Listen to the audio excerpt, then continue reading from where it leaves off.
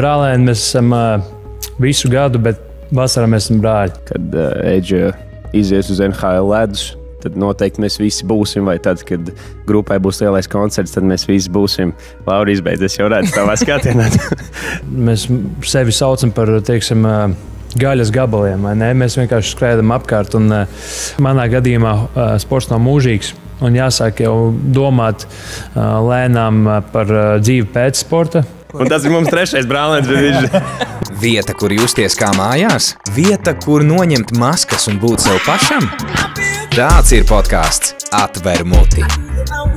Dargie skatītāji, esiet sveicināti podkāsta Atver muti. Nākamajā epizodē es jau nezinu, kura šī ir pēc kārtas, bet kurš gan skaita, vai ne? Gan video versija, gan audio versija mēs jūs sveicinām kā YouTube, tā arī Spotifyā.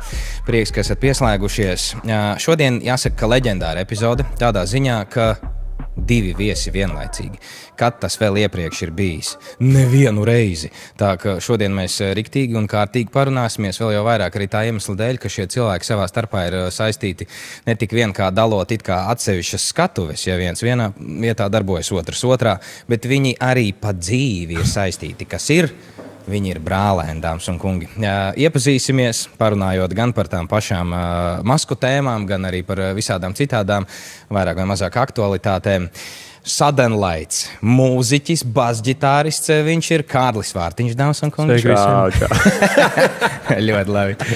Un Nacionālās hokeja līgas Detroitas Red Wings kreisās malas uzbrucējs, tas ir Edvards Stralmaks. Sveiki. Čau visiem skatītājiem, un čau Laura, paldies, ka uzaicināji mūs, un mēs esam priecīgi būt šeit. Kungi, es to novērtēju visaugstākajā līmenī, kā saka. Jūs tiešām esat brālēni. Mēs tiešām esam brālēni, jā. Cik daudz to zina? Tagad visi. Šogad varbūt arvien vairāk, vai ne? Pirms tam neviens nezināja. Tāpēc varbūt, ka tu saki 2 cilvēki, es domāju, ka mēs esam vienkārši ļoti tā kā viens vesels, varētu teikt. Tāpēc it kā 2 cilvēki, bet tomēr viens vesels. Un jā, mūsika palaikam te, kā Kārlis saka, sajauc. Mans sajauc ir Kārlis sajauc, tāpēc es arī pateicu čau. Varbūt kāds domāja, ka es esmu Kārlis. Jā. Jā, kaut kā tā. Nu, es teikšu tā, man piemēram ar manu brālēnu līdz kaut kādam dzīves momentam, kas ir salīdzinoši nesen uz vienas rokas pirkstiem, tur var saskaitīt gadus, es domāju, ja? Nu, mēs bijām tik tiešām, kā to arī saka, viens vesels, bez maz vai kā brāļi, vai jums arī ir tā, ka jūs esat, kaut kur daudzos dzīves ceļos ejot viens otram blakus, arī nevis tā, ka vienkārši uz papīra brālēni, un tad jūs kaut kur tur satiekaties, ja? Bet nezinu, visas vasaras iepriekš jaunībā, piedošana, esat pavadījuši. Mēs vēl it kā gribētu ticēt, ka mēs esam vēl tādā jaunības, jūs esat, tādā pilnbriedā.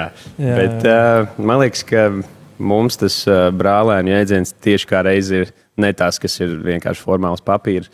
Mēs, kaut arī mācījāmies bērnībā citās skolās.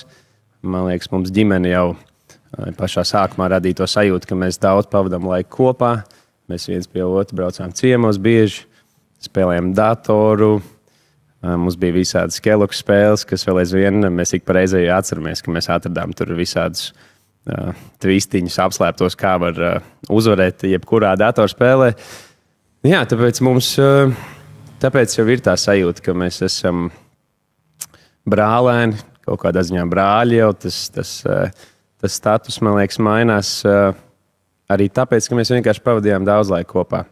Un cenšamies to darīt arī tagad. Protams, ir mainījies formāts. Tas tādu vasaras formātu vairāk, jo Edžam ir sezona. Un tad, cik mums sanāk tā vienam otru satikt, protams, grūtāk, bet vasarā mēs ķeram katru silto dienu. Jā, es teiktu, ka brālēni mēs esam visu gadu, bet vasarā mēs esam brāļi. Tas ir, brālēni ir tās formāls teiciens. Man kāds saka, es tur ar brālēni, viņi tie, kas tā kā vienreiz mēnesī varbūt radu sajietā, bet mums ar Kārli ir kaut kā savādāk. Un gan, teiktu, brālēni, gan labākie draugi, tas ir,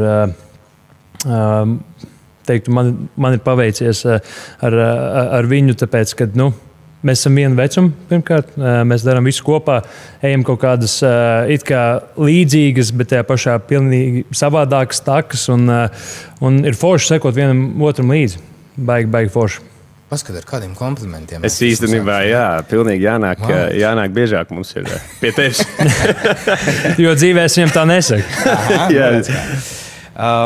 Kungi, kā jums paiet vasara? Nerunājot par laikapstākļiem, es domāju. Jo, laikam, Kārlim vairāk vai mazāk, tāds, teiksim, darbīgākais varētu būt, vai vismaz viens no darbīgākajiem gada nogriežņiem. Tev savukārt, Edvard, ir mazliet atpūta, bet tūdaļ sāksies jau tas lielais skrējiens.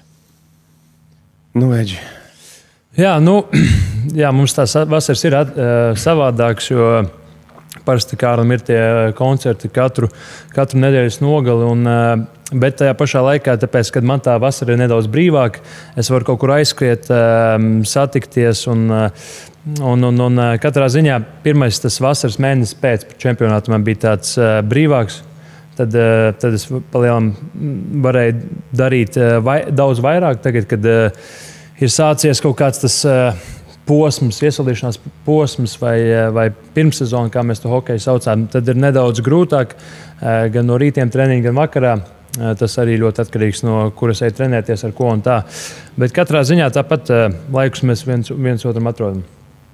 Jā, mums kādreiz īstenībā grupai vasara bija tādā koncerta ziņā daudz aktīvāka. Tagad mēs daudz esam kopā, tāpat plānojam, daram lietas, bet tā koncertēšanas sadaļa ir mazliet pierimusi, jo mums nāk lielais koncerts rudenī. Un tas nozīmē, ka mums ir... Uz kuras netikšu, diemžēl. Kā vienmēr. To mēs cenšamies organizēt. Varbūt vajadzēs Detroitai uzrakstīt.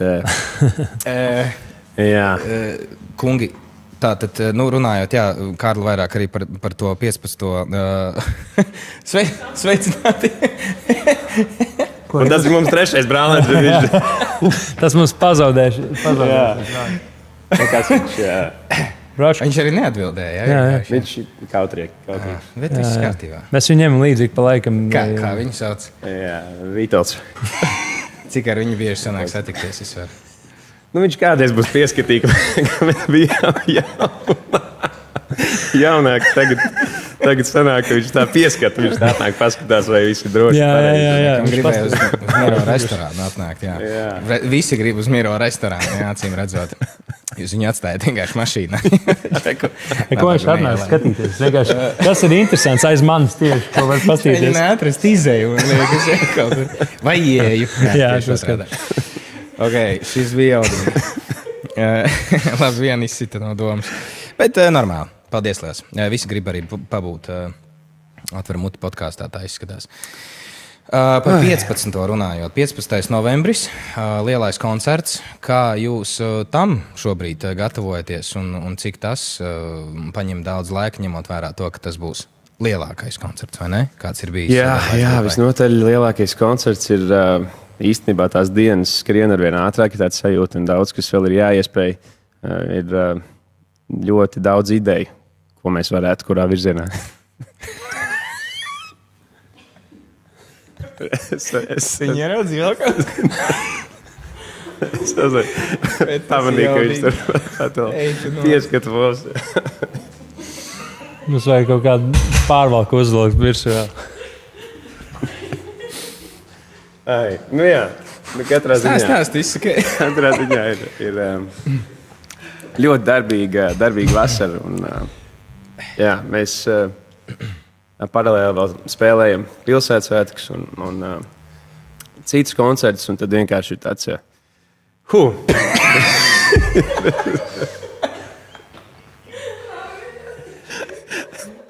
Paņem kaut kādu minūtī tā telpai, ko? Ja? Ok, varam, ja? Aiziet. Dārgie skatītāji, mēs esam atpakaļ. Viss kārtībā, mēs esam izsmējušies. Mēģināsim turpināt šo sarunu. Pie kā mēs palikām? Mēs palikām par 15. novembri runāt, vai ne? 15. novembri? Jā. Es domāju, ka es izstāstīju tās lielās lietas. Mums ir tiešām daudz darba priekšā, bet esam... Tas tāds sāpņu piepildījums vispār būt arēnā un tagad redzot to, ka cilvēki ir atsaucīgi un ka tas sapnis lēnām kļūst par realitāti, ir tāds, tāda laimes sajūta. Laura, es ļoti cenšos, ja? Es redzu, ka tu ļoti centies. Nu tā. Jā. Nu, un Edžu es mēģināšu kaut kā dabūt uz vietas. Bet tiešām tā kā, jā, nopietni. Nē, pilnīgi nenopietni. Pilnīgi nenopietni. Nē, bet tur īstenībā sakrīt ar izlases. Kādas izlases jau būšu Detroitā sen. Un man būs spēle gan jau tajā dienā. Nu, varbūt, ka nebūs. Bet mēs izdomāsim, varbūt kaut kādu parunāsim ar Sudden Lights marketinga menedžeru. Varbūt viņi var laivā man nofilmēt, lai es vismaz esmu tā kā sajūtās ar viņiem. Jā, tieši tā, jo tas ir vismaz kaut kā es varu to redzēt un izbaudīt. Jo, jā, vasarā ir tā, ka es arī saprotu mūziķis, vai ne, kad labāk ieplāno to koncertu nedaudz vēlāk. Jo vasarā visādi, kā mēs zinām, visādi festivāli, pilsētas svētki, visādi citi koncerti. Un kaut kā man nesanāk pieskart viņiem tieši. Bet es biju uz viņu atklāšanas, viņu albumu prezentāciju. Un tas jau bija laikam tāds lielākais pasākums, kur es esmu bijis tieši Sudden Lights ziņā. Un to es izbaudīju ļoti, ļoti. Dzīvē liekas tā, ka ir kaut kādi momenti, kad mēs, piemēram, kad Edge izies uz NHL ledus, tad noteikti mēs visi būsim, vai tad, kad grupai būs lielais koncerts, tad mēs visi būsim. Laura izbeidz, es jau redzu tavā skatienā. Un, jā, bet tā nevienmēr sanāk vienkārši. Nevienmēr sanāk, jo sportā ir daudz jautājumu un nav precīzi zinām diena, kad tas notiks. Un savukārt sezona iet un grūti būt uz arēnu. Tā kā, kompromisi. Nē, bet pat ne sportā. Vienkārši mēs paliekam pieaugušāki, mums ir lietas, ko darīt. Un tas kompromiss paliek ar vien mazāks un mazāks. Pagaidām mums arī vēl nav ģimenes, tā kā vēl mēs varam kaut ko paspēt. Savas ģimenes un mēs varam paspēt sadraudzēties, bet es domāju, kad vēlāk būs arvien grūtāk un grūtāk. Tā kā. Runājot par arēnas koncertu, es visu laiku iztēlojos tā.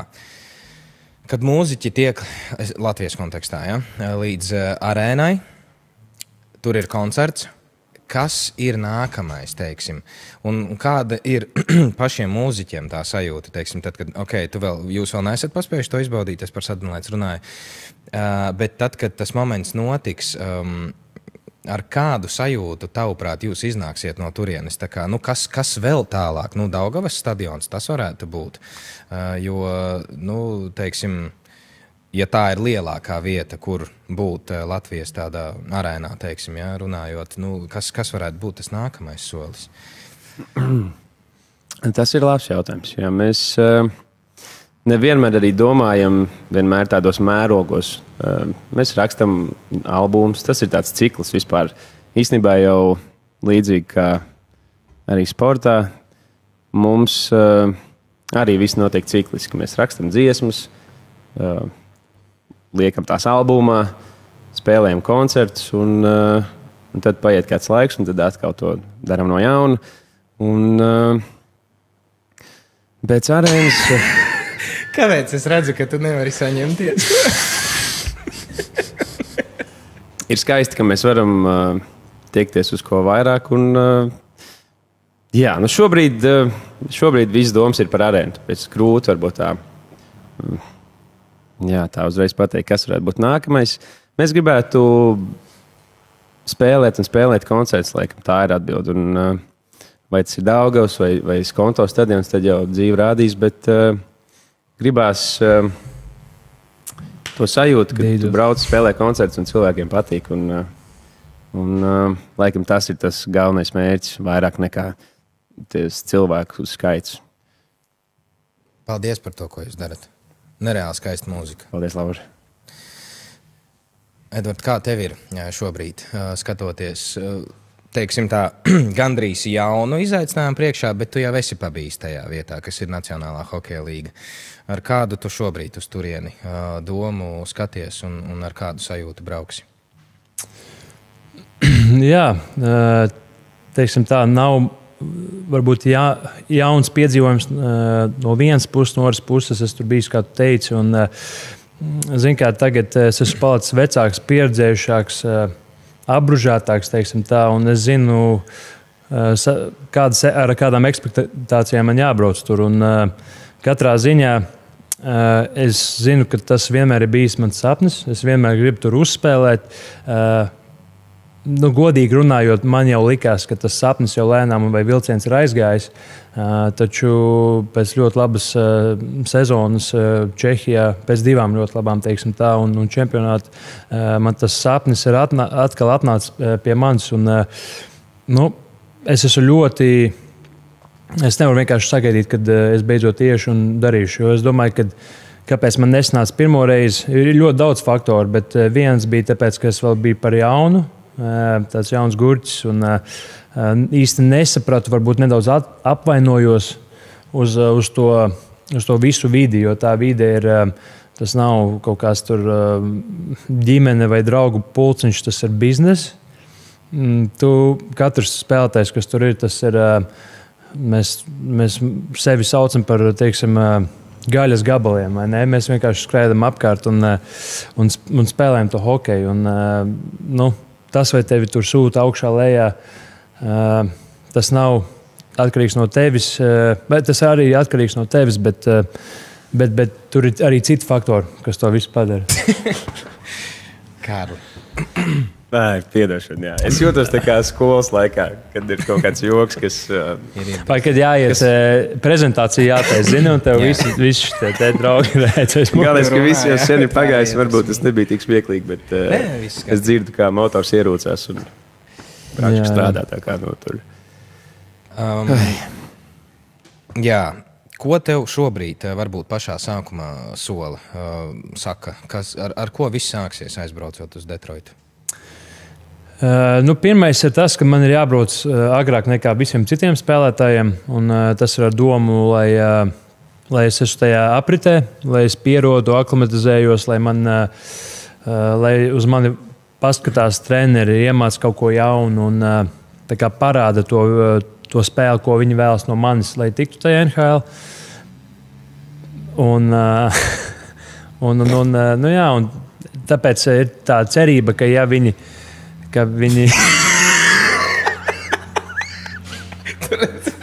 Kādā atrodas? Viņš tā aizlida. Oi. Es skatos to norīt. Šajā. Jā, lai vispār turpina šito, Viņam. Jau visi tik saliecies.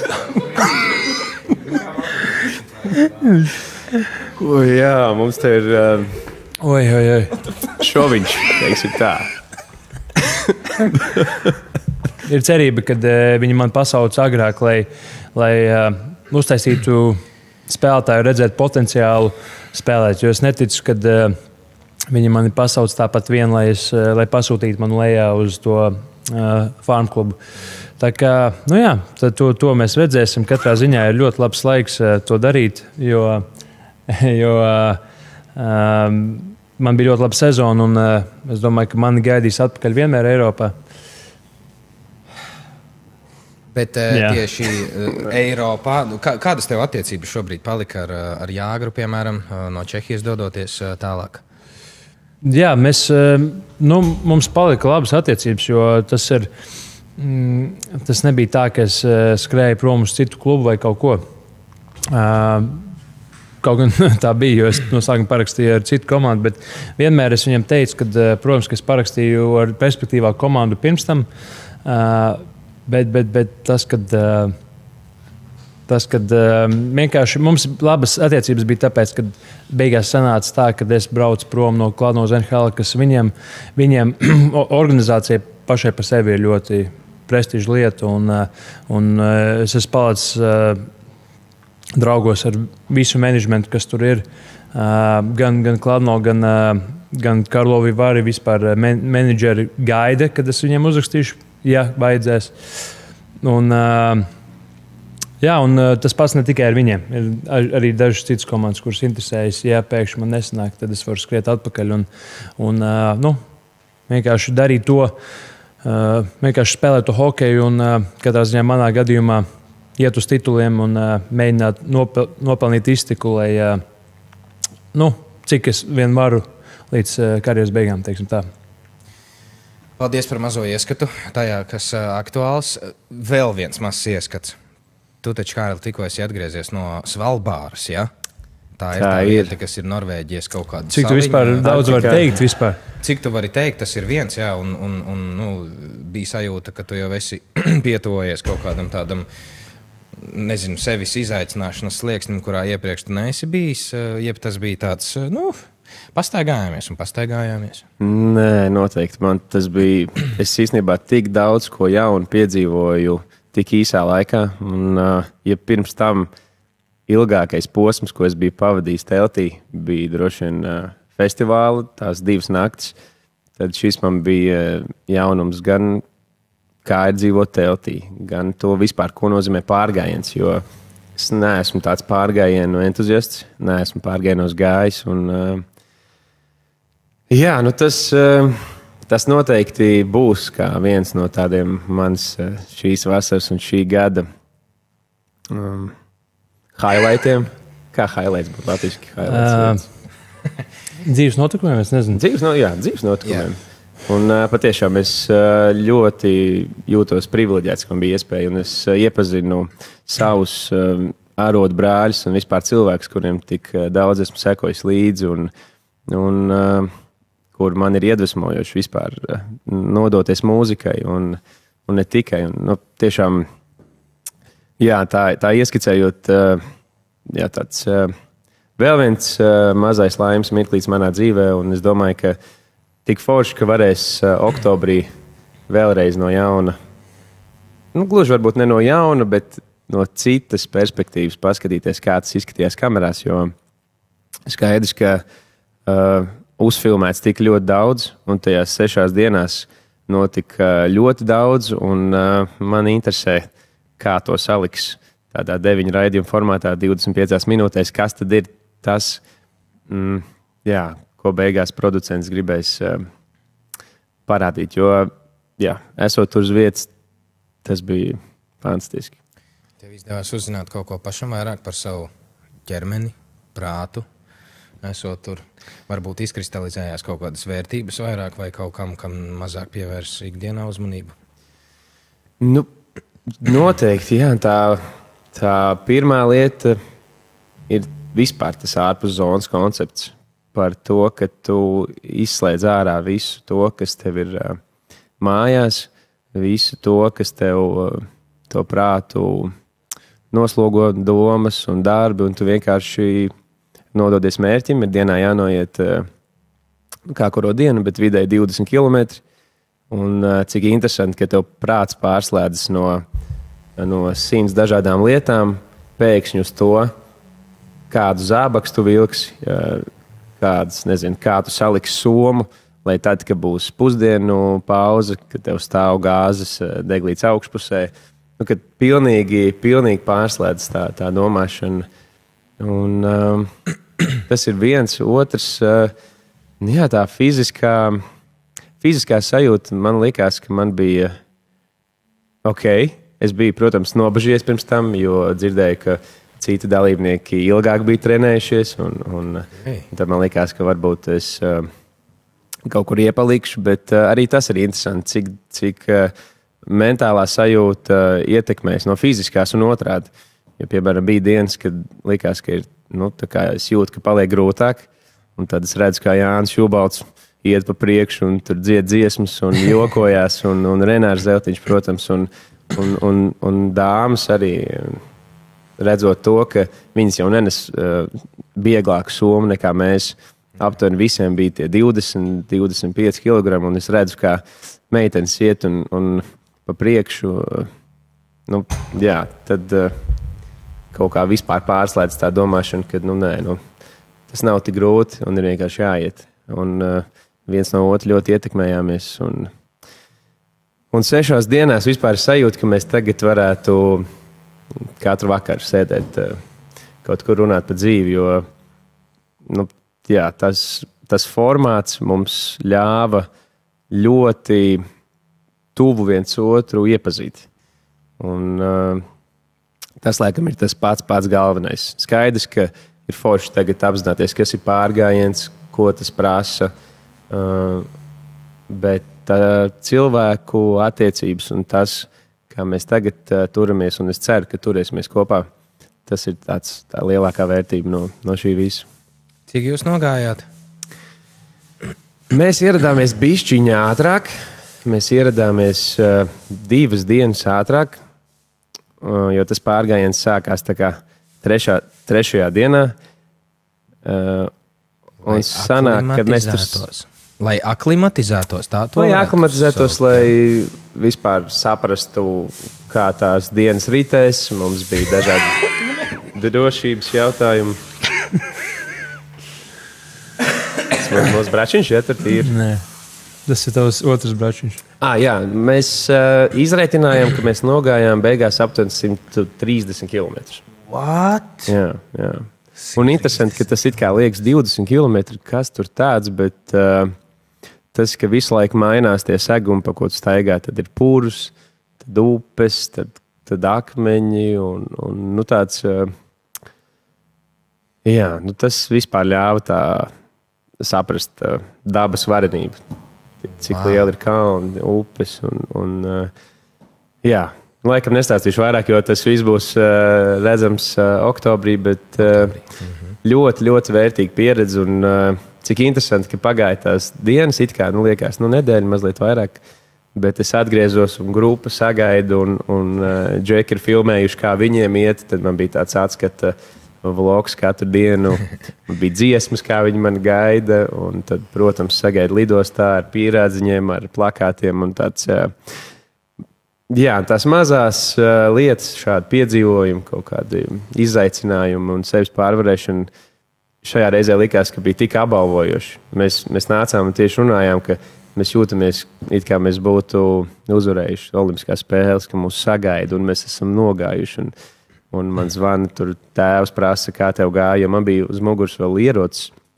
Es biju tā kā daļējs arī tāds drošības aģents, jā, tā varētu nosaukt. Es gāju un mans viens no uzdevumiem bija visu laiku mazliet būt tādā tonusā un skatīties, jo tur dzīvo polārlāči. Jā.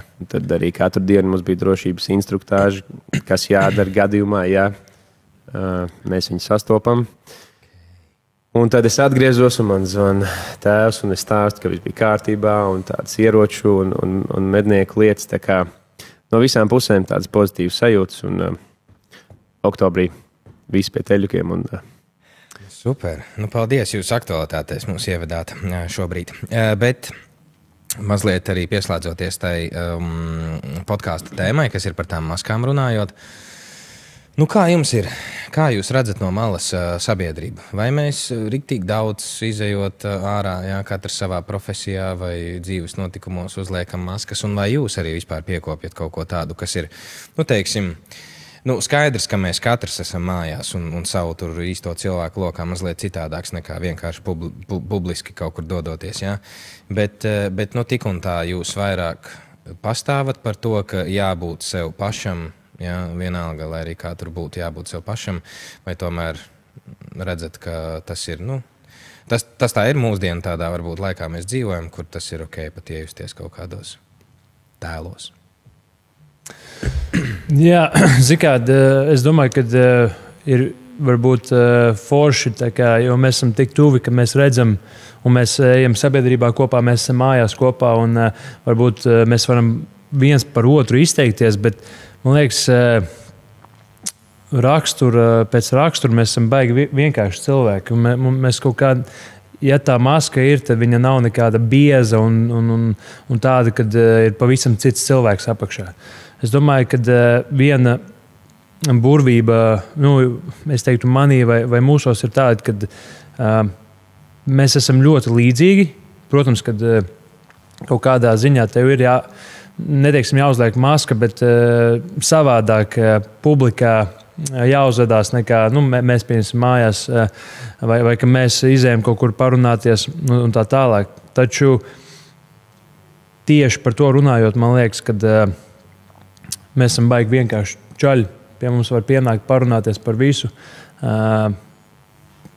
Un nebūs nekāds tur, kā sportistiem, mūziķiem, kad sāk lēnām parādīties kaut kāds popularitātes stariņš, tad uznāk kaut kāds varbūt ego, iedomība. Tas ir tas, laikam, populārākais, kas tur paliek. Gribās palikt tādam nedaudz bravurīgākam. Manā gadījumā, runājot par vispār dzīves stāstu kā tādu, visu, ko es sasniedzu, ir tikai un vienīgi ar smagu darbu. To es redzu. Man liekas, ka man talanta ziņā varbūt es iepalieku no dažiem spēlētājiem, bet es to kompensēju ar smagu darbu. Un, man liekas, ja tu izēji cauri, teiksim, tādām visādiem džungļiem, ja, tad tu saproti to, kad,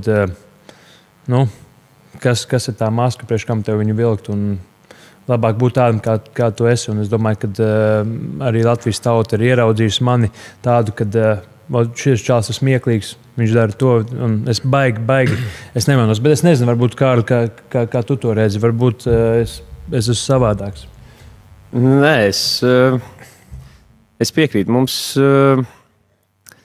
tas, ka mums ir saknes arī Alūksnē, un mēs nekad no tā neesam nekā slēpušies, kautrējušies vai kā, tieši otrādi lepojušies ar to.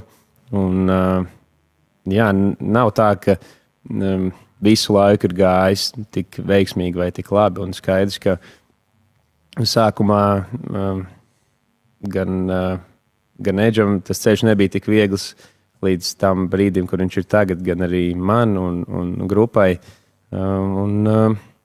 Jā, laikam tā sajūta, ka mēs maziem solīšiem esam kaut kā virzījušies uz to mērķi un turējušies kopā, tas arī mums neliek kaut kādu tādu iedomības sajūtu radīt. Mēs turamies kopā, jo tāda ir tā, man liekas, mūsu formula, kā mums šķiet, ka ir pareizi, kā mums sanāk. Un, jā, tāpēc tas nekad nav bijis tā mākslīgi, un to mākslīgumu kaut kā arī mēs neturam, jo nav vajadzības. Skaidrs, ka ir kaut kādas, bet tās pat nesauk par maskām, ir kaut kādas situācijas, kad tu mazliet, nezinu, kaut kur formālākā vidē esi nopietnāks, jā, vai ar savējiem mazliet, nevis mazliet, bet pilnīgi atvērts un tā, bet tās ir vairāk tādas situāciju, nezinu pat kā to teikt. Man liekas, ka tas ir arī vajadzīgs. Zin, kā ar cilvēkiem varbūt tu neesi tik atklāts, ja tu neesi varbūt tu tā kā vairāk jauns cilvēks, ko tu iepazīsti, viņus vairāk palasi, kā ar viņiem runāties un tā tālāk, bet es domāju, ka tas ir tikai normāli un jā. Un tad, kad jau tu sapazīsties tuvāk, tad jau tu vienkārši vari būt nedaudz, teiksim, atklātāks un nezinu, runāties par vairākām citām. Bet katrā ziņā, jā, tas kad es domāju, ka mūsu gadījumā tās maskas, ja viņas ir, tad līdz kaut kādam minimumam. Kā jūs sabiedrību redzat? Vai cilvēki šobrīd daudz ir? Kaut vai kameru priekšā esot, jūs redzat, ka tur ir cita personība, kā izslēdzas tā aiziet. Jā, kaut kas pilnīgi cits atkal. Vai varbūt vienkārši uz ielas cilvēkus redzat, ka kaut vai nākot pie jums pēc kaut kāda autogrāfa, jūs redzat, ka tur mēģina kaut kā tur izlikties, par ko viņš tur varbūt galīgi nav. Vienalga, varbūt ir kaut kāda situācija, kur jūs tiešām esat nolasījuši sabiedrībā skatoties vienkārši. Ir cilvēki, kuriem patīk vairāk pavadīt laiku varbūt ar kādu, kurš ir kaut ko vairāk varbūt izdarījis vai vairāk sekotājs gūs. Bet es nezinu, laikam manā lokā tādu cilvēku nav daudz. Un, jā, tās maskas. Redz, man liekas, ka vispār Latvijā nav tik daudz varbūt. Mums ir ļoti sabiedrībā zinām cilvēki, bet man šķiet, ka tā kultūra ar to lielo fanošanu vai lielo izlikšanos, tas kaut kā mūsu pusē nav. mēs tā vairāk ar pietāti. Arī vispār cilvēki, kas arī dažreiz grib varbūt uztaisīt kādu bildi ar mums, parasti ir tādu lielu cieņu un tādu sajūtu, ka viņiem tas ir svarīgi. Un tad arī mums liekas, ka tas ir svarīgi un forši. Un, es neesmu sastapies ar tādām lielām maskām savā dzīvē. Jā, es nezinu, kā ir. Amerikā jau citādāk. Jā, es tieši arī gribēju prasīt. Amerikā, jā. Amerikā ir citādāk, bet atgriežoties pie Latvijas arī, varbūt, mēs varbūt neesam tādā sabiedrībā, kur visi staigā ar maskām. Tieši mūsu loks nav tāds ar Kārli, bet manā gadījumā es zinu diezgan daudz cilvēkus, teiksim, influencerus vai populārākus, zināmākus cilvēkus Latvijā, kurus es esmu iepazinis arī dzīvē un tās maskas, bet viens liels jautājums, vai tā ir maska, ko viņa liek, vai tas ir tā viņu personība sociālajos tīklos, ko viņa liek. Jo ir cilvēki, kuri pavisam savādāk, kad tu viņus satiec dzīvē, bet tajā pašā laikā tu jau nemaz nezināji, jo tu jau nebija iepazinis viņu kā cilvēku. Un sociālajos medijos, ar vienu tālāk un tālāk, tas viss iet uz priekšu, ko mēs uz kādiem restorāniem mēs ejam, mēs liekam iekšā, ko mēs darām. Mēs gribam būt sabiedrības augstākā slānī kā pārējie. Ja tu aizies uz labu restorānu, tu gribi nofučēties un tā tālāk. Un kā tu pats staigā pa ielu, un es domāju, ka es vienkārši tagad man prātā nāk daži personāži, ar kuriem es esmu saskāries, kuriem tās maskas ir lielākas. Bet tajā pašā laikā varbūt tas ir dēļ tā, ka viņi prezentē to savu brendu savādāk, un tas viņiem kaut kādā veidā ļauj, pieņemsim, nopelnīt lielāku naudiņu vai iepazīt citus cilvēkus un tā tālāk. Bet katrā ziņā, ja tas ir ar labu nodomu, es varu piekrist tam, jo tas ir, katrs grib kaut kādu naudu nopelnīt un tā tālāk, bet ja tas ir tādu, kā jau minēju sākumā, vairāk tādu, es esmu labāks par tevi, vai es esmu krūtāks, vai man vairāk sekotāji, tad es to pilnībā neatbalstu, nekad neatbalstīšu. Un es ar tādiem cilvēkiem vienkārši, teiksim tā, turos pa gabalu. Ko jūs vispār domājat par sociālajiem tīkliem? Tā kopumā ņemot. Jums pašiem ir sekotāji diezgan daudz. Jūs super daudz neliekat iekšā, tikai pa tēmu, teiksim tā. Tad, kad ir kaut kas, kad vajag, tad arī ieliekat. Bet vispār tā sociālo tīklu tu jau ļoti labi arī pieskāries, ka varbūt citreiz mums gribas atrādīt un parādīt visu kaut ko, kur mēs esam bijuši tur, kur varbūt citi nav spējuši tikt. Un kā vispār tā sociālo tīklu vide ietekmē mūs kā cilvēkus, gan kā tie, kas paskatās un pēc tam sāk salīdzināt savu dzīvi, teiksim, un arī pašiem, cik ļoti vajadzētu kaut ko likt tur iekšā. Teiksim, atkal robeža kaut kāda mazi bērni ģimene, kaut kas no ģimenes tāda konteksta, kas ir tas privātais un publiskais. Kā jūs tos sociīšus vispār kopumā redzat? Es par tiem sociīšiem esmu domājis tieši tagad, kad tas pārgājiens ir beidzies man, un vispār cik interesanti, ka mēs tik daudz laiku pavadam skatoties dažreiz pat kā iet citiem cilvēkiem, piemēram, tajā pašā Instagramā.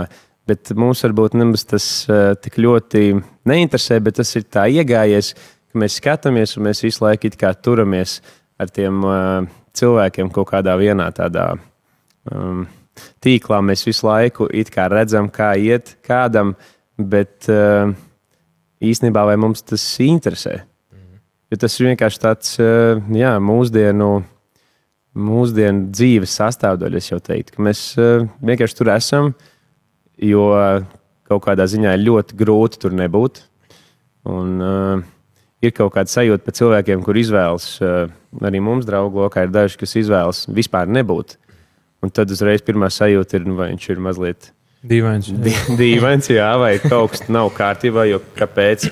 Bet tas arī ir interesanti, jo tas ir pavisam normāli nebūt. Bet kaut kā ir tā sajūta, ka tev ir jābūt, tev ir kaut kas jāliek, tev ir jārāda cilvēkiem, kā tev iet. Un ir ļoti īstenībā traki tas, ka kaut kādā brīdī mēs jau sākam vērtēt cilvēkus no tā, cik viņam ir tie sociālie tīkli tur sakārtoti, cik viņš labi sev parāda un cik viņš ir izskatīgs. Un tas ieliek tādā perspektīvā, cik vispār tas mums ir svarīgi un ka īstenībā jau nav, bet tas ir kļuvis par tik lielu vispār ikdienas sastāvdaļu, ka dažreiz kļūst bailīgi īstenībā. Tā. Bet vairāk no tāda pozitīva aspekta tu redzi sociālās tīklus, vai tomēr redz tā negatīvā, tā pievienotā vērtība tam visam ir? Kā tas ir, jā. Piemēram, Matīs Kaža, kad bija pagājušajā sērijā atnācis uz šeit, viņš arī nav tas, kurš tur super daudz kaut ko liek, tikai tiešām tad, kad par tēmu un tā. Viņš arī redzēja tajā visā to pozitīvo, ka no sociālajiem tīkliem, laikam tur ir kaut kāds, pareizi lietot sociālos tīklus. Tas jautājums, ka tu iedvesmojies, ka tu redzi kaut ko, kaut kas, ko tu pats speciāli meklējot, nekad neatrastu, bet for you tur page burvība vai kaut kāda random, ka kaut kas izkrīt, ka tajā ir kaut kāda, šito es nemaz nezināju, kaut vai fakts viens tur. Svalbārā 2% slāči ir nokoduši cilvēku, ja tiek iet tur kaut kur. Protams, nē. Tas par to pozitīvo ir ļoti daudz pozitīvu lietu un vispār mūzikā it īpaši ir sociālai tīkli ir viens no, es teiktu, pat gandrīz vai galvenajiem rīkiem, kā var sasniegt jaunu auditoriju un cik daudz radošuma mākslinieki ieliek tieši savā vizuālajā identitātē un skaidrs, ka ir ļoti tiešām daudz foršu iedvesmojošu lietu, bet tur tāda, tas plāns ledus. Vienā brīdī tas ir forši un tu savu mūziku pēkšņi vari aizvest tur, kur varbūt kādreiz ar disku formātā būtu ļoti grūti, ka tev kāds tagad noklausītos, piemēram, tur tai pašā Amerikā, vai ne? Tagad mēs ļoti ātri varam piekļūt pilnīgi visas pasaules būtībā grupām, māksliniekiem un redzēt, kā viņi izskatās un redzēt intervijas un kā viņi dzīvo un runā. Bet, tā robeža, kad tu sāc jau salīdzināt ar sevi un tā iedvesmošanās paliek par tādu, kad tu sāc domāt, bet man neiet tik labi. Un es sēžu tur dīvānā un skatos, kā citiem iet tur Malibu, vai vienalga, kur citur. Un tas jau aiziet tādā jau negatīvā pusē. Tāds koks ar diviem galiem. Jā. Pats jau esi pieķēris kaut kad pie tādas sajūtas, skatoties? Pie tās, ka man neiet tik veiksmīgi? Piemēram. Jā, noteikti. Ir, tāpat kā cilvēki liek, ka it kā viņiem dzīves ir krāsaināks sociālajā tīklā, tāpat arī dažreiz mūziķi skaidrs, ka liek tos labākos koncertus un spilgtākās atmiņas. Ir, protams, neizbēgami. Es salīdzinu to, kā iet man. Ir viegli iekrist tādā, varbūt ne depresijā, bet tādā melnākā caurumā, ka liekas, bet varbūt tas, ko daru es, ir nevienam nevajadzīgi. Kur ir mākslinieki, kuri izlaiž dziesmas un brauc, un viņiem ir tūris un Baltijas, Eiropas un pasaules tūris. Un tu saproti, ka man tas tik viegli nav. Un tie visi arī koncerti un viss tas prasa tādu sagatavošanos un darbu. Un tas nav tik viegli, kā varbūt dažiem liekas, ka tu atnāc nospēlē ģitāru un tad aizbrauc mājās un tā tikai braukā. Tas ir tāds ļoti liels un reizēm smags darbs, un ka tu redzi, ka kāds to pašu dara, bet viņam iet redzi, viņš brauc un tur privātajām lidmašīnām vispārējām, ka viņam ir komforts, un viņš brauc un cilvēku pūļi, un ka viņam iet kaut kā super, un tu dari to pašu, un tev neiet, tad dažreiz ir tā. Bet tas arī, par šo varētu runāt ļoti daudz, jo iet jau labi. Vienkārši ir ļoti viegli visu kaut kur aizslīdēt, un tas ir tas mazliet negatīvais. Ka tu vienkārši tev ir tik daudz domu un tik daudz satura, un tu skaties, viens ir tur, viens tur un tā. Un tad, ir grūti būt tādam ļoti stabilam un turēties pie tā, kas ir, un saprast, ka ir labi. Nav jau slikti, un viss iet tā, kā tam ir jāiet. Šajā visā lielumā nepazust. Tas ir tāds, aizrunājos baigi. Mums tas dara.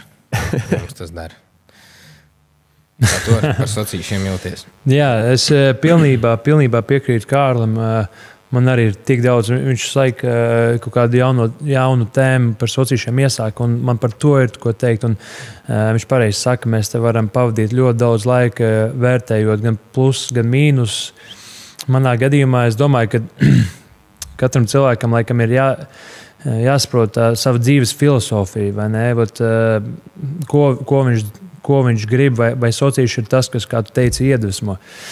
Teiksim tā, ja tu 2 stundas TikTokā sēdi, skaties iedvesmojušus video, kā tur, es nezinu, kāds ceļ māju, bet tu tāpat viņu necels vai neko, vai tās 2 stundas ir pavadītas tā, teiksim, kvalitatīvi, netaču, vai ne? Un tā iedvesma arī viņa var būt, bet tajā pašā laikā viņa arī, manuprāt, var novest pie tādām, kā Kārlis teica, tu sāc sevi salīdzināt, un man liekas, ka sociālajiem tīkliem mūsdienu jauniešiem patīk gan vīriešiem, gan sievietēm ļoti daudz patīk salīdzināt vienam otru, un, manuprāt, ļoti daudz mentālās slimības tieši sākas ar sociālajiem tīkliem, ar to, ka katrs grib būt labāks, izskatīgāks, ēst labākā restorānā, braukt ar labākām mašīnām. Un tad vienā brīdī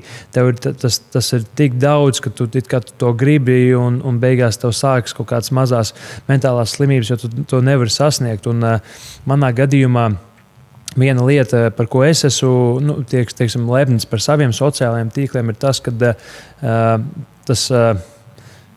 teiksim, tas privātums, kas man ir, pieņemsim, es tur nelieku daudz, un kaut kā es gribu, bet es nevaru sevi pagaidām vēl piespiest, likt vairāk storijas, kā man iet un tā tālāk. Jo, manuprāt, no tādas puses, jā, es varu iedvesmot jaunākus hokejistus vai kādu citu cilvēku, skatīties uz mani, vai cilvēks no Alūksnes skatīties uz mani un redzēt, ka, ja es varu, tad visi var.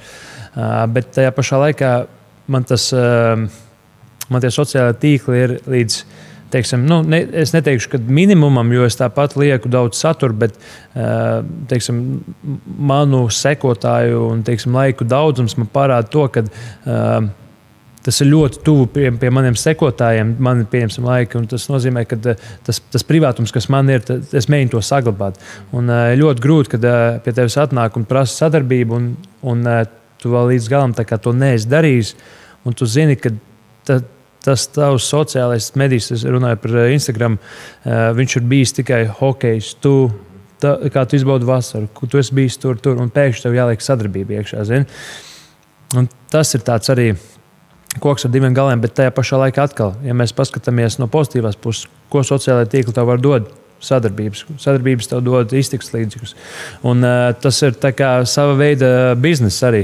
Un, protams, kad katrā ziņā ir jāizvērtē sava dzīves filozofija, kā Kārlis arī teica, mums ir draugs, kurš nelieto un saka, ka tā ir labākā dzīve.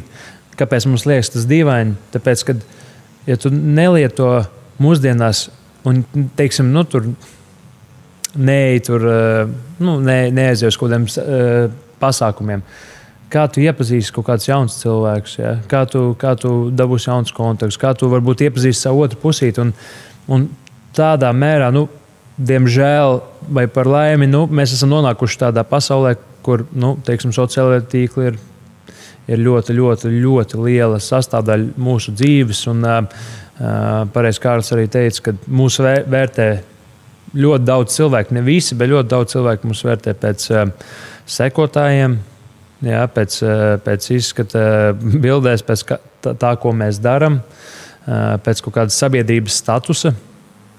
Bet atkal, vai tas ir pareizi tevi tā vērtēt? Vai tu vienkārši gribi, lai tevi novērtē kā vai kur Kārlis Lauris vai Edvards.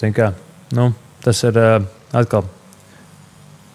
Ir gan savu plusu, gan savu mīnusu. Paturpinot vēl mazliet par tiem sociālajiem tīkliem, bet varbūt arī negluži tikai par tiem domājot.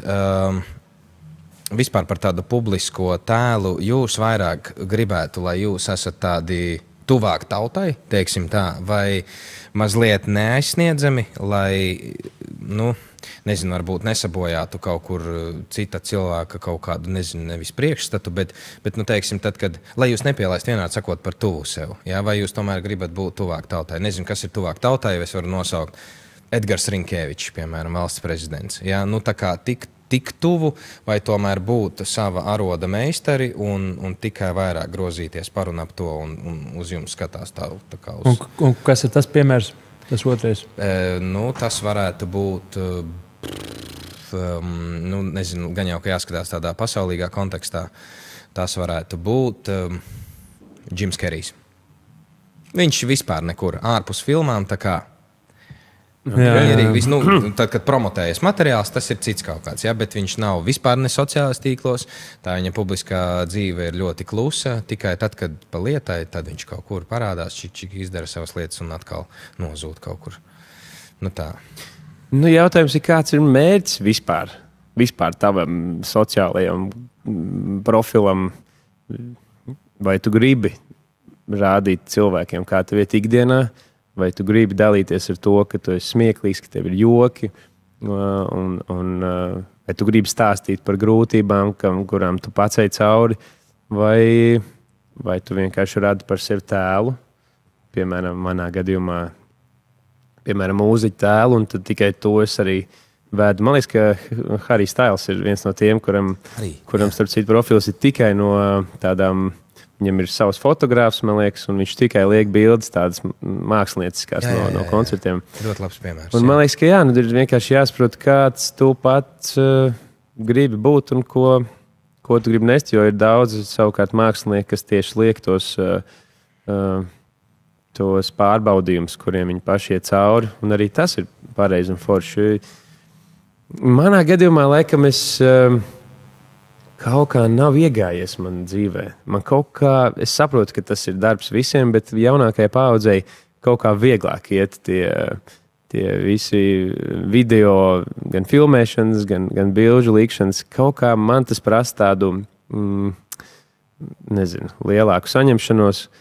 Un tad, kad kaut kas foršs notiek, kad mēs kaut ko darām kopā, vai kad ir tādi tiešām forši brīži, un vienkārši pat es neaizdomājos, ka tagad varētu šo nofilmēt un ielikt, jo, es laikam neesmu sev radījis to, uzdevumu sajūtu, vai man tas nenāk dabīgi. Un tas ir, laikam, tas galvenais iemesls, kāpēc arī mans tas profils nav tik aktīvs, jo es daudz ko vienkārši uzņemu sevī bez tā telefona. Un tas reizēm ir forši, un reizēm arī mazliet skumīgi, jo, man liekas, mums tagad kā reiz, kad tagad tas brālēnu tēma, skaidrs, ka mēs jau brālēni esam gadiem, un nav tā, ka mēs viens otru saucam par brālēnu, ja?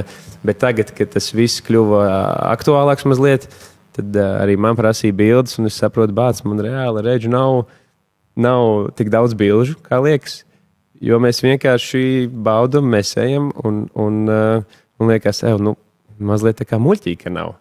Bet tas ir tāpēc, ka mums acīm redzot, abiem nav tā sajūta, ka kaut kā gribētos to visu fočēt. Jā. Jo ir, protams, ka mums draugi un vispār draugu grupa ir tā, kur mums palīdz. Davai uztaisim bildi. Mēs ar kāžu ejam, mēs neteiksim, var uztaisīt bildi. Man arī, es nezinu, vai tas ir sev jāpieradina, bet man kaut kā liekas nedaudz tā kā stulbi no vienas puses paprasīt, kādam var uztaisīt bildi. Kaut kā tā ir, ik pa laikam tā notiek, ja man ir rītīgi, ja mums vajag bildi, mums nav. Bet tā kā liekas, tas nav vajadzīgs, mēs esam šeit un tagad mēs izbaudām tā vienu otru kompāniju, bet pēc tam tu sāc saprast, ka tu esi bijis visur ar savu brālēnu, ja? Bet tev reāli nav bildes. Tev nav bildes, kuras ielikt, zin kā, un vai parādīt vecākiem. Tāpēc katrā ziņā, tas ir vieglāk jaunākiem man bija, piemēram, jaunāks brālis, ja? Viņš tagad tur Getiņā spēlē un tā tālāk. Visur iet iekšā, visos viņš zina, visur, kur var, visos video vai jebkur viņam patīk. Tas viņam patīk būt uzmanības centrā, un viņš lien un tā, un tas arī nav nepareizi. Tas ir tieši forši, ka tu vari būt tik brīvs. Manā gadījumā, runājot par, vai atbildot uz tavu jautājumu, es laikam gribētu būt tā kā nedaudz pa vidu. Ja ir kaut kāda vidus līnija, tad laikam pa vidu, jo es arī negribu būt tā, ka, laikam, es vēl joprojām neesmu iemācījies. Kas to lai zina? Varbūt laiks nāks, ja es zināšu, ka tomēr manā gadījumā sports nav mūžīgs un jāsāk jau domāt lēnām par dzīvi pēc sporta. Cerams, ka tas vēl ir aiz kalniem, bet jau jāsāk domāt, kā es varu vēl dabūt papildus potenciāli nopelnīt naudu kaut kur citur. Un sociālajie tīkli ir tā viena lieta, kas varētu ļoti palīdzēt. Un tāpēc man ir ar to tautu jārunā, jābūt tuvāk un tā tālāk. Bet tajā pašā laikā es arī negribu būt tā, kad ir pa daudz, jo manā dzīvē vai Instagramā es nesakoju, bet ir influenceri, kuri tur Discovery page lec ārā un tā tālāk, kuri es pat viņus nezinu, kad viņiem neesmu sekojis, bet man vienkārši ir jau apnicis skatīties to saturu. Un viņi visu laiku lec ārā, jo viņi pareizi liek un tā tālāk. Nē, tas neesmu tu labi skatījumā. Vispār man ir jautājums, kamēr mēs šeit runājam. Tev, piemēram, Laura, tu liec saturu bieži. Kā tev ir? Tu arī ļoti izvērtē katru bildi, kā tu izskaties, pareizos leņķus, vai tomēr tu jūti, bāc, bija foršs vakars, es lieku iekšā, es lieku video, kā es jūtos tā, vai tomēr tu tā, šeit es mazliet neizskatos labi. Bet viņam nav nepareizie leņķi, tur tā problēma. Tas ir problēma. Nē, es principā vispār, no šādiem aspektiem es neskatos vispār uz savu tieši saturu. Es esmu laikam vairāk pat uz to vienkāršais un tuvāk tautai. Es arī mēģinu būt vidus daļā, tā kā tu arī teici, jo man ir kaut kāda mana privātā zona un pasaule, kas ir kaut vai tā pati ģimene, bet lai izvērtētu kaut kādu saturu, kurš ir tur gaismas ziņā vai pēc laika, tagad ir īstais laiks likt, ja kaut kādi leņķi tur vispārējais, absolūti nē, tādās kategorijās es neskatos, ja man patīk, es lieku iekšā un viss. Un es arī redzu, ka tas tad cilvēkiem arī patīk, bet varbūt es esmu to no savas puses jau ieaudzinājis no laika gala, ja es varbūt sāktu likt kā Harijs Stails, varbūt tā cilvēki būtu pieraduši un pēkšņi es ieliku kaut ko tādu, būtu, ko šitas te izdomājis, ja? Kas viņš ir piedzēries, varbūt viņš ir un kaut ko tur liek iekšā tagad. Tādu jancīgāku, teiksim. Nē, man arī piemērs, paturpinot par šito, man nesen bija streams vai sadarbība ar vienu Latvijas ļoti pazīstamu streameru un arī, kad mēs filmējām giveaway, bija tā, ka es viņu satiku un es viņu sen nebiju saticis. Un mēs pat tā kā nepateicām čau, kā iet, ka viņš jau izvilka telefonu. Un uzreiz sāka filmēt, un es tā, varbūt mēs parunājamies sākumā, bet viņa tā filosofija ir tāda, ka viņam patīk tas organiskais. Tas, ka es viņu nebiju redzējis, jo mēs bijām kādreizēs skolas biedri. Es viņu nebiju redzējis, nezinu, kaut kādus gadus 5, 6. Un tad mēs satiekamies un mēs parunājamies. Un viņš uzreiz izvilka, viņš saka, parunāsimies pēc tam, davai uztaisam šito, čau, kā iet. Viņš izvilka telefonu, mēs taisam šitādu giveaway, davai visu. Un tika organiski un ar savu telefonu. Manā galvā bija tā, viņam būs asistents. Mēs uztaisīsim kaut kādu, viņai izvilks telefonu, filmēsimies, tur viss sarunāsimies, tā viss smuks fons, tur 4K, tur viss. Viņš tā paņem telefonu, izvelk ar priekšējo kameru vēl pie tām zinu. Tā, čau visiem, es tur esmu ar Eduardu un parādu uz mani, un es tāds domāju, what the hell, bet tajā pašā laikā pēc tam es sapratu, cik forši vispār ir tas, ko viņš dara. Jo tas nav... Citreiz ir pat labāk netaisīt tur neko tādu profesionālu kvalitīvu, bet tādu foršu, ka katrs to var izdarīt, katrs var nofilmēt, katrs redz to organisko, un viņš ir uzņēmies to, tā firmas zīme ir viņam tāda, vai ne? Vai varbūt pat streameriem, es pat nezinu, bet tas ir viņais, kad viņš to visu, un viņš needito neko. Viņš veikuši šito mēs uztaisam, visu ideāli. Tālāk. Es tāds, pagaidām, es slikti izskatījos parādi. Viņš saka, nē, vecī, tā viss kārtībā, pasties, tu labi izskaties tā tālāk. Zin, kā, tādā kontekstā arī ir jāiemācās. Un, varbūt pa daudz arī es domāju, kā es tur izskatīšos labāk vai sliktāk, vai bilde ir labāka kvalitāte vai sliktāka kvalitāte. Katrā ziņā es uz sevi tāpat skatos, ja mēs ar Kārli liekam bildi. Es nelikšu bildi, kur Kārlis izskatās baigi labi. Es skatīšos uz sevi. Kur viņš izskatās baigi labi? Jā. Es gaidu, ka viņš izskatās slikti. Nē, slikti tu nekad neizskatīsies. Bet es likšu tādu bildi, kur es vislabāk izskatos. Un citreiz pat Kārlim tāds puspievērts acis, bet es izskatos tik labi, es likšu to bildi. Tas nav varbūt pareizi. Varbūt ir bildi, kur... Mēs abi izskatāmies ar attaisītām acīm, un viss ir kārtībā, un jāliek tā bilde. Bet tas ir laikam kaut kā savā ziņā, es esmu mēģinājis sevi, uz sevi skatīties. Bet katrā ziņā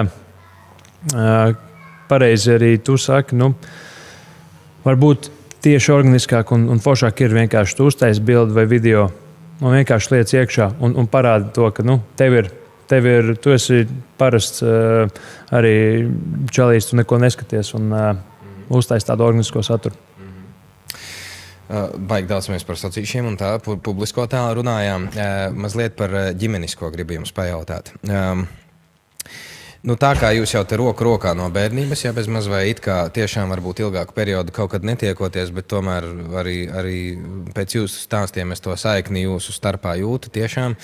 Un tas ir rīktīgi forši. Es jums gribu pajautāt, kā jūs vispār skatāties uz to ģimenisko sajūtu un radniecības saiti kā tādu, cik svarīgi cilvēkiem to ir saglabāt, teiksim, tik tuviem, kā jūs esat, jo, laikam ejot uz priekšu, protams, ka katrs tur aiziet savu ceļu, un tad ir tikai tikšanās reizi gadā, varbūt citreiz pat vēl retāk, uz kaut kādiem tur sajietiem un tā, vai dzimšanas dienā, vai kāzām, ja kāds precās, tad beidzot daudz ir satikušies. Bet jūs, tā kā mēģināt to saglabāt, cik tas ir svarīgi jūsuprāt, un ko jūs varbūt ieteiktu kādam, kuram sen nav bijusi opcija tikties ar savējiem? Pirmkārt, vajag satikties. Satikties vajag, jo tieši tās satikšanās reizes un tie piedzīvojumi un tā kopā būšana jau vispār veido jebkuras cilvēka attiecības. Un, man liekas, tur mums jāsaka paldies mūsu vecākiem, kas vispār ir šo tradīciju, vai pat neteiktu tradīciju, vienkārši tādu ierastu lietu satikties tik ļoti kopuši, ka mēs esam bijuši kopā. Un tas jau arī veido tās attiecības. Tāpēc, ja man ir kas jāiesaka, tad tas ir tas satikšanās spēks. Un tas veido jebkuras attiecības. Protams, ka ja tu neesi saticis kādu gadu, tad, kad jūs beidzot satiekaties Ziemassvētkos vai jebkurā citā pasākumā, tā distance starp jums ir tik liela, ka tad vienkārši tie jautājumi paliek, Kārli, kā tev mūzikā vai Laura, kā tev rāģinā, jo tu jau nemaz neko vairāk nezini, tu neesi bijis. Un man liekas, ir tik grūti pēc tam kaut ko vairs saglābt, jo, tu esi tik tālu. Un man ir tik daudz it kā tuvu cilvēku, kurus es satieku retāk, un tad tie jautājumi arī ir vienkārši, kā iet grupai. Es vairs neesmu Kārlis, jo viss, ko par mani zina, ir, kā jums iet, kā dziesmas, jo nav jau pārējais, jau nav. Tad ir tikai tas Instagrams vai jebkur citur, kur var man redzēt, bet nav vairs tās ikdienas dzīves. Un tāpēc tas, man liekas, ir tas, kāpēc mēs neesam uz papīra brālēni, kad vienkārši mēs esam dzīvojuši kopā un es jau te eju uz riņķi, bet vienkārši bija kaut kāds teiciens power of showing up, vai kaut kā respektīvi. Cik liels spēks ir tam, ka tu vienkārši esi līdzās. The power of showing up. Tev ir ko motivējuši. Nē, tas atkal Kārlis ļoti pareizi pateica par to, ka ja mūsu vecāki, respektīvi, mans tēvs un viņa māsa nebūtu tik tuvi, un viņiem tās ģimeniskās vērtības nebūtu tik tuvas, varbūt mēs arī te nesēdētu, un mēs nebūtu tik tuvi. Nevis varbūt, bet visticamāk. Jo man jau arī ir kaut kādi citi brālēni, ar kuriem es netiekos, un mēs neesam tik tuvi, vai ne? Manā gadījumā, jā, ģimene ir... Man ir ļoti paveicies, kad es varu teikt, ka ģimene ir, teiksim, svarīgākā sastāvdaļa manā dzīvē, un nerunāsim tikai par savu ģimeni, bet paplašināto ģimeni, kur es vienmēr, teiksim tā, tas ir mana miera osta, un man ir gan brālis, gan māsa, pie viņiem es dzīvoju pa lielam. Katru vasaru atbraucot uz Latviju, teiksim, līdz kaut kādiem 25, 26 gadiem, tad man tur draudzene pa vidu bija, kur mēs īrējām vasarā citur vietu, bet es esmu dzīvojis tādā, teiksim, dzīvoklī ar ģimeni, un man ir ļoti tas svarīgi arī kāpēc, tāpēc, kad es esmu prom, teiksim, 9 no 12 mēnešiem. Citreiz 10 no 12 mēnešiem. Un es saprotu, ka es arī gribu iedot kaut ko savu gan vecākiem, gan māsai, gan brālim. Un man jau arī mamma ik pa laikam saka, es tur visu laiku gribēju īrēt kaut ko, dzīvot to vasaras periodu, kad es esmu Latvijā kaut kur citur. Bet man mamma visu laiku saka, tu savu brāli un māsu vispār neesi redzējis, neesi saticis. Un tagad tu iesi, un tagad tu vēl vasaru viņas nesatiksi. Ja? Un tāpēc es mēģinu to visu uzturēt ļoti, ļoti tuvu, un bez viņiem nekur. Mēs te varam arī aizrunāties, cik daudz es esmu sasniedzis tikai viņu dēļ. Un tad no tās ģimenes arī tā paplašinātā ģimene, kas ir mans brālēns, māsīca, viņa ģimene un tālāk. Tas ir tas, par ko es vienmēr pastāvēšu. Kā teicu, man ir paveicies, ka man tā ir, un angliski ir don't take things for granted, kas ir... Neņem lietas pašsaprotam. Jā, pašsaprotam, varbūt, jā. Un vienmēr izbaudi, kas tev ir, jo zin kā, ir cilvēki, kuriem tā nav. Un, tā kā, jā. Tāpēc atkal vēl viens iemesls, kāpēc mēs esam varbūt tik tuvu, kad man tas ir ļoti svarīgi. Un piezvanīšanas spēks. Vienkārši ir jākultivē. Un pacelšanas spēks. Pacelšanas spēks. Un atbildēšanas spēks. Tas ir ļoti labi. Bet vispār arī piezvanīt vienkārši un parunāties. Tas arī mazliet kaut kur aizstūmies koncepts. Vienkārši piezvanīt savam, čomam, savam brālēnam, māsīcei, draugam. Vienkārši piezvanīt. Man liekas, tā ir lieta, ko vajadzētu atkal atgriezt atpakaļ. Ka nevienmēr ir jābūt notikumam vai kam svarīgam. Vienkārši var piezvanīt un parunāt par dzīvi. Es tieši to arī gribēju jautāt, kā ir ar tām kaut kādām sazūmošanām un tā tālāk. Tu sazvanies, tu redzi to cilvēku un varbūt ar to arī pietiek, kāpēc tur tikties baigi dzīvē. Ne? FaceTime, jā, tagad ar FaceTime ir, zikā, tagad arī, Amerikā tas ir ļoti izplatīts, kad tu zvani, tu parasti FaceTime, tu pat nezvani, parasti tu vienkārši FaceTime visu laiku pa labi, pa kreisi, draugam, nedraugam, zini, ka ir FaceTime vienmēr. Latvijā tas ir nedaudz mazāks. Bet es domāju, ka tas kaut kādā ziņā tu to informāciju var no cilvēka iegūt, bet laikam tā enerģija un tas, tā tuvība, to tu nevari iegūt, ja tu izej ārā, pasēdi, paskaties un skaties, kā cilvēks jūtās. Un varbūt teiks telefonu kaut ko nedaudz vairāk var noslēpt. Un tad tu ieraugi cilvēku, un tad viņi parunājies vairāk un saproti daudz vairāk. Un, man liekas, tas ir daudz arī kvalitīvāk pavadīts laiks katrā ziņā. Jā, ir tāda iespēja. Ja nav, manā gadījumā 10 no 12 mēnešiem es FaceTimeoju gan Kārlim, gan savai ģimenei. Un, tas ir vienīgais variants. Ir kaut kādi gadījumi bijuši, kad jūsu tas, ka jūs esat brālēni, ka jūs esat radinieki, kaut kur nospēlējis riktīgi par labu jums ir? Nezinu, kas tā varētu būt par situāciju. Pieņemsim šodien šajā podkastā. Jā? Jā. Mēs tikām uzaicināti abi divi kopā. Jā, taisnība. Jā. Ir bijuši kaut kādi gadījumi, kad tas gan bija senāk, kad Edžs spēlēja vēl Latvijā. Es gāju uz spēlēm. Un uzreiz jau Džeki no komandas zina, ka es esmu Edvards brālēns. Es jau uzreiz eju ar visiem sasveicinos. jau pēc tam kādu tusiņu man jau ir uzreiz automātisks ielūgums. Un, tā, kas vēl varētu būt? Nē, protams. Ka man vienkārši cilvēki, kad viņi ar grupu tika Eirovīzijā, man cilvēki raksta un apsveic. Un es tāds esmu no tevis tik sen dzirdējis, tagad tu apsveic manu brālēnu tā tālāk. Bet es domāju, ka tās situācijas ir ļoti daudz bijušas. Jebkur, kur mēs paši izējām vai kaut ko viens par otru prasa, kur ir lielāki, teiksim, fanāti, gan mūziķi, gan sporta fanāti.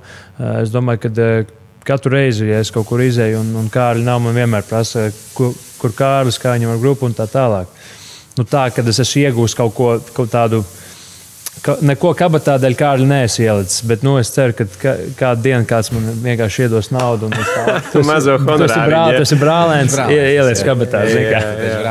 Vai kādā sporta bārā man uzreiz nāc. Bezmaksas dzērieni, es domāju, ka arī ir bijuši kaut kādi. Ir bijuši, jā. Bezalkoholiski gan tomēr. Tas, svarīgi to arī pieminēt. Bet personīgi atsevišķi ir bijis kaut kad jūsu vārds nospēlē par labu. Tas, ka tas esi tu no turienes un turienes. Viens gadījums man nāk prātā. Kā reiz pirms 3 gadiem mēs svinējām kopā Jāņus.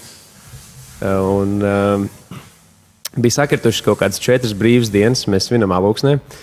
Un Jāņi tieši tie līgo sagaidīšana bija pirmajās dienās. Un tad pārējās 2 dienas bija tā kā brīvas. Vienkārši, kad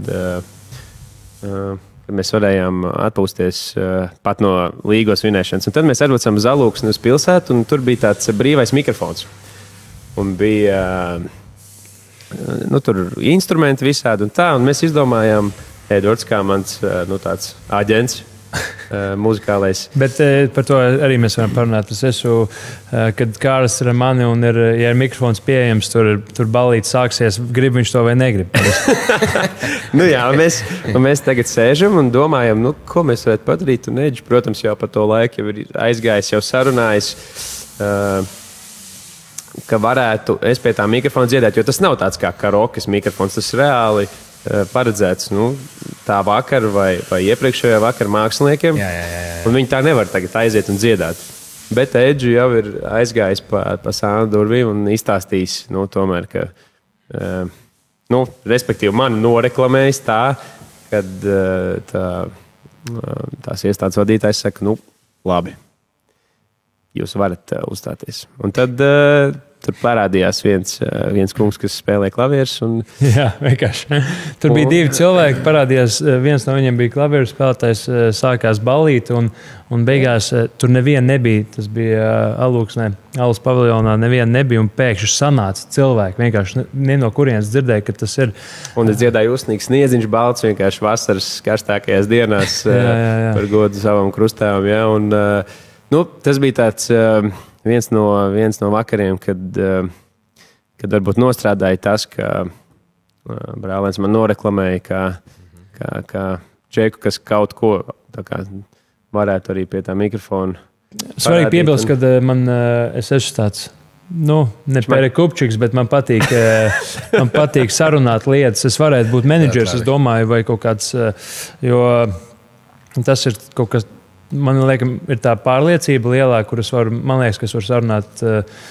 Labi, viņa gadījumā tur pat nebija daudz jārunā. Tur es pateicu Kārlis Vārtiņš, un tur teica, lūdzu, mikrofons ir tavs. Starp citu, uzreiz otru jau tu sarunāji. Kur? Tajā koncertā bija sievietes, un viņas uzreiz klāja, bet mēs varētu pēc šī koncerta varbūt uzaicināt jūs. Edvards, tas nav problēma.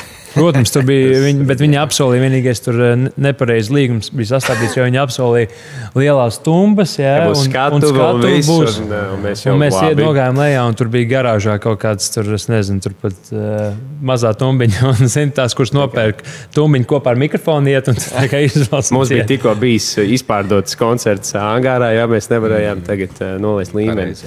Tas tāds, bet ir kaut kāds mazās lietiņas, kas varbūt. Tieši kur tavs dabūs sava...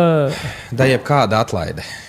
Nē, Baigi lidoju uz ceļa, apturējis 130 un saka, Haidī, Tralma kungs, kur jūs? Nē, es domāju, ka ir bijušas diezgan daudz lietas, kas, kur cilvēki vienkārši varbūt arī kaut kādā ziņā, par to, kad, teiksim, pateicās par to, ko es daru un bez maz vai, laikam svarīgākais ir, ja tu aizies kaut kādu restorānu vai kaut kur, un tad vienu bezalkoholisku oliņu, zin, kā uzsauc un tā tālāk, bet, katrā ziņā ik paliekam. Labierīcībā.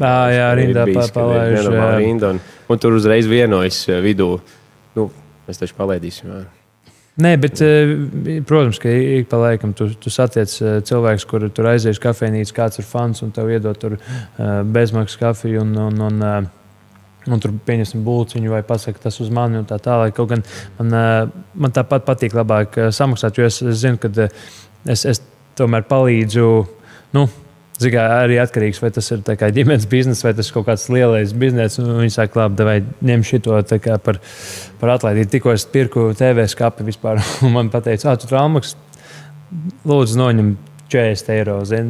Tas ir, protams, ļoti, ļoti patīkami kaut ko tādu saņemt, bet tas es nekad to neprasu, un man tā kā vienalga, protams, ja cilvēks pretīm nāk un grib parādīt kaut kādā ziņā, es nezinu, kas tas ir, vai respektu, vai pateikties par to, ko es izdarīju uz laukumu, paldies, es ļoti, teiksim tā, man liekas, ka ir cilvēki vai sportisti vai mūziķi, kuriem tas tiek dots, un viņi pat paldies nepasaka. Un manā gadījumā es mēģinu izdarīt visu tā, lai iedot pārakstu vai kaut ko uzdāvināt, vai ierakstīt video, lai pateiktos un parādītu, ka tas ir apusēja tā kā maiņa un cieņa. Super, kungi, paldies par to, ka jūs tādi esat. Ļoti skaisti. Kā šobrīd iet latviešu hokejistiem? Tāds ir jautājums. Un kā iet latviešu mūzikai? Tad atsevišķi katrs arī droši var atbildēt. Kā vispār tādā pasaulīgā fonā šobrīd izskatāmies mēs? To uzreiz var pēc gaisa padeves. Ko viņi dara ar to gaisu? Viņi mazgā? Viņi tīra zābakus un viss pārējā, bet viņi varētu kaut kā pārlikt nākošais uz kaut kādu ēkas otru pusi varbūt. Nav bijis. Jā. Es domāju, mūzikai iet ļoti labi. Ir tik daudz jaunas grupas, ir vispār vasarā šķiet, ka viss kaut kā iet labāk, bet man liekas, ka mūzikas ir vairāk kā nekad. Un mūziķi spēlē par pasaules fonu. Tas, protams, ir mazliet citādāk, jo ir ļoti izaicinoši kaut kur izlausties ārā. Tas nav noslēpums, ka grupas par to sapņo un mākslinieki grib savu mūziku izvest ārpusē, un arī mēs pie tā strādājam. Tas ir tāls ceļš ejams, jo skaidrs, ka tad, kad Latvijā tu esi jau iegūst tādu savu pulciņu, kas nāk uz koncertiem un tevi atbalsta, tad izejot pat, es teiktu, pat pāris kilometrus aiz Latvijas robežas, tur jau tas skats ir mazliet citādāks, un tev atkal vajag pārliecināt cilvēkus, vai pat nepārliecināt, vienkārši nodot to savu vēstījumu un to dziesmu, lai vispār tā nonāk līdz jaunām ausīm. Tas arī nav viegli. Tas arī ir darbs un laiks, un es domāju, ka lēnā garā mēs cenšamies to savu ceļu bruģēt, un daudziem tas tādiem lēniem solīšiem sanāk. Vēl varbūt nav bijis tāds kaut kāds viens superhits, tāds radies varbūt no tādiem latviešu mūziķiem, tāds, kas aiziet visā Eiropā un pasaulē, bet es absolūti ticu, ka tas var notikt. Bet Latvijas tādā mērogā man šķiet, ka ir tik daudz superīgi jaunu gabalu, Un kā reiz tikko arī Prāta vērts koncerts, un tāds atkal parāda, ka mūzika ir spēks, un mūzika atkal spēja vienot un festivālu un pilsētsvēku. Mūzika dzīvo, un es domāju, ka mums viss būs kārtībā. Bet kaut kad tas notiks, tavuprāt, ja, ka arī mūziķi izšaus no Latvijas tādā pasaulīgā Es domāju, kontekstā, ka noteikti, jā. Vēl pagaidām vienkārši ir tik daudz ceļu, kā tur nonākt, un nav tāds viens pareizais, un īstenībā mēs esam arī par to runājuši, ka tas vairs nav pat par dziesmām. Tas ir par prezentāciju, par to, cik vispār tu spēj sevi kā interesantu parādīt citiem, kaut kā likt, lai cilvēks tomēr, jo ir tik daudz informācijas, tik daudz mūzikas, tik daudz filmu un viss apkārt ir tik daudz, ka ir vienkārši grūti cilvēkam to savu uzmanību kaut kādā brīdī vērst kaut kam jaunam. Piemēram, tev, mūziķim no Latvijas, vai ne? Jo Anglijā, man liekas, vispār katrs piektais tīnis spēlē kādā grupā, un tās grupas ir tik nenormāli daudz, un ir vienkārši ļoti grūti to uzmanību kaut kādā brīdī vērst uz šajā gadījumā uz mūsu mūziku, jo ir jākonkurē ar tik daudz lietām. Eirovīzija palīdz, vai ne?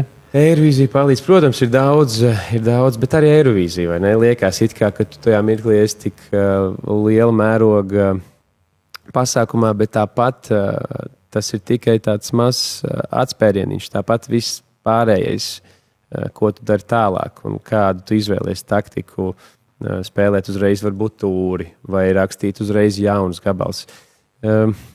Jā, tas vienkārši ir izaicinoši tāpēc, ka ir tik daudz visa kā, tik daudz, kas notiek vienlaicīgi. Piemēram, paņemsim, ja par Eirovīziju mēs mazliet ierunājāmies Måneskin grupa, ja? Kas viņu gadījumā nospēlē? Tas, ka viņiem ir šis tēls, ja? Ka viņi ir mazliet citādāki uz vispārējo mūziķu fona. Vai Itālija kaut ko maina? Tas, ka Itālija, Latvija, Itālija arī salīdzināt mēs varam un nevaram tāpat laikā. Kas viņu gadījumā bija tas? Jo šobrīd pat tik tālu ir, ka viņi mierīgi savus solo projektus pasaulīgi var veidot. Ja? Solists ir viens no tiem. Jā, tas viens ir tas, ka viņi jau bija zināmi Itālijā jau pirms tam. Ja nemaldos, uzvarējuši X faktoru Itālijas vai kādu lielu šovu. Jā. Un skaidrs, ka, ja tu esi zināms lielākā valstī ar vairāk iedzīvotājiem, skaidrs, ka tev uzreiz ir atvērtākas rokas arī tikt kaut kur tālāk. Jo no Latvijas, protams, tāpat viss ir iespējams. Bet vēl aizvien ir tā sajūta, ka uz mums mazliet skatās kā uz tiem tādiem bastarīšiem, un ka tas fakts vien, ka tu jau esi no Zviedrijas, Itālijas vai tādām lielākām mūzikas valstīm, ja tā var tā saukt, kad ir tas ceļš vieglāks. Bet tas Måneskin gadījums jau arī ir tāds, pat uz Eirovīzijas fonu, tāds, es teiktu, retums. Jo pat tagad es pat nezinu, kas uzvarēja šogad. Es neatceros mākslinieku vārdu. Un tas arī ir stāsts, ka nevienmēr pat uzvara Eirovīzijā tev nodrošina kaut kādu Eiropas slavu. Es nezinu, tiešām godvārds. Es skatījos Eirovīziju šogad un vienkārši, acīm redzot, man tas uzvarētājs kaut kur aizslīdēja, un tas ir ok. Måneskinam, tas varbūt tas fakts, ka pēkšņi bija tāda atkal roka mūzika atgriezās uz Eirovīzijas skatuves, un tajā gadā viņi ļoti izcēlās no pārējiem. Protams, arī fakts, ka viņi vēl aizvien ir tādā jaunības maksimālismā, un tas, ka viņi spēja būt pilnīgi 100% tādi, kādi viņi ir, un viņi arī mazliet to Eirovīzijas formātu tur tā grozīja. Tur bija kaut kādi gadījumi, kad viņi tur kaut kādas nelegālas lietas tur bija darījuši tajā grīnrumā, un viņi kaut kā spēlējās, un man liekas tas viss seksa pilstai grupai un viss tā, kādi viņi ir, ka viņi nebaidās arī pilnīgi darīt lietas, kas varbūt liktos, ka šis ir pat tālu. Kaut kāds tāds brīvības sajūta, man liekas, to Måneskin aizvilka tik tālu. Bet atkal, tagad ir tik daudz grupas, kas grib izskatīties kā viņi. Un atkal tas tā nestrādā. Ir kaut kāds klikšķis tur nostrādā un kaut kā salikās. Salikās, jo formāts jau nav tāds. Jo arī tagad, šogad Eirovīzijā, tik daudz līdzīgu džeku. Ir tik līdzīgi tam Laurencam, kas uzvarēja. Un mēģina dziedāt veči tur falsetos un mēģina kaut kā, bet nevienmēr tas strādā. Jā. Tāds nekad nevar zināt, kas būs nākamais hits. Tad var ilgāku periodu. Nē, man interesanti vienkārši, jo vienkārši bija interesanti paklausīties, jo man liekas, ka vispār, es nezinu, vai Kārs vai Piekris, bet Eirovīzija mainās katru gadu. Es neteiktu, ka uz labāko pusi ar visām politiskajām situācijām, un tev ir jāmāk sevi pasniegt savādāk, kas, Sadamlaids izdevās uz visiem 100 un, diemžēl, pietrūka, zin kā, bet katrā ziņā es pats kādreiz ļoti skatījos, bet, kā Kārlis saka, es atceros, kad mums bija tie Bluetooth telefoni un katru gadu, kad kāds uzvarēja, mēs tur sūtījām viens otram dziesmas, vai kur šitās uzvarētāja dziesmas, atceramies tur Bilans, tur Rībaks, Aleksandrs Rībaks, tad bija Lordi, bija, un tu domā, ak, Dievs, tu vienmēr šito atcerēsies, šitas ir tas galvenais, bet tagad tu tā kā vairāk īsti to nepiefiksē. Jā, par hokejistiem runājot. Ja mēs runājam par hokejistiem, ka individuāliem, es domāju, ka šis ir labākais laiks Latvijas vēsturē hokejam, tieši spēlētājiem. Mūs beidzot ciena, kā Veko Kārlim arī tas pats ir, ko viņš teica par to Latviju. Mēs esam pastarījuši visur, un cilvēki un komandas hokejā tāpat labāk izvēlas amerikānieti vai kanādieti, nevis latvieti. Pēdējos gados, teiksim, parunāsim par Čehiju, jo man tā ir ļoti tuva līga, mūs ir respektējuši vairāk, mums tagad ir kaut kāda, es nezinu, tur 10 vai 12 spēlētāji spēlējuši Čehijā, kas ir rekords. Rekordu lielums. Varbūt ne pats rekords, jo bija viens gads, kur arī ļoti daudz. Bet ļoti daudz.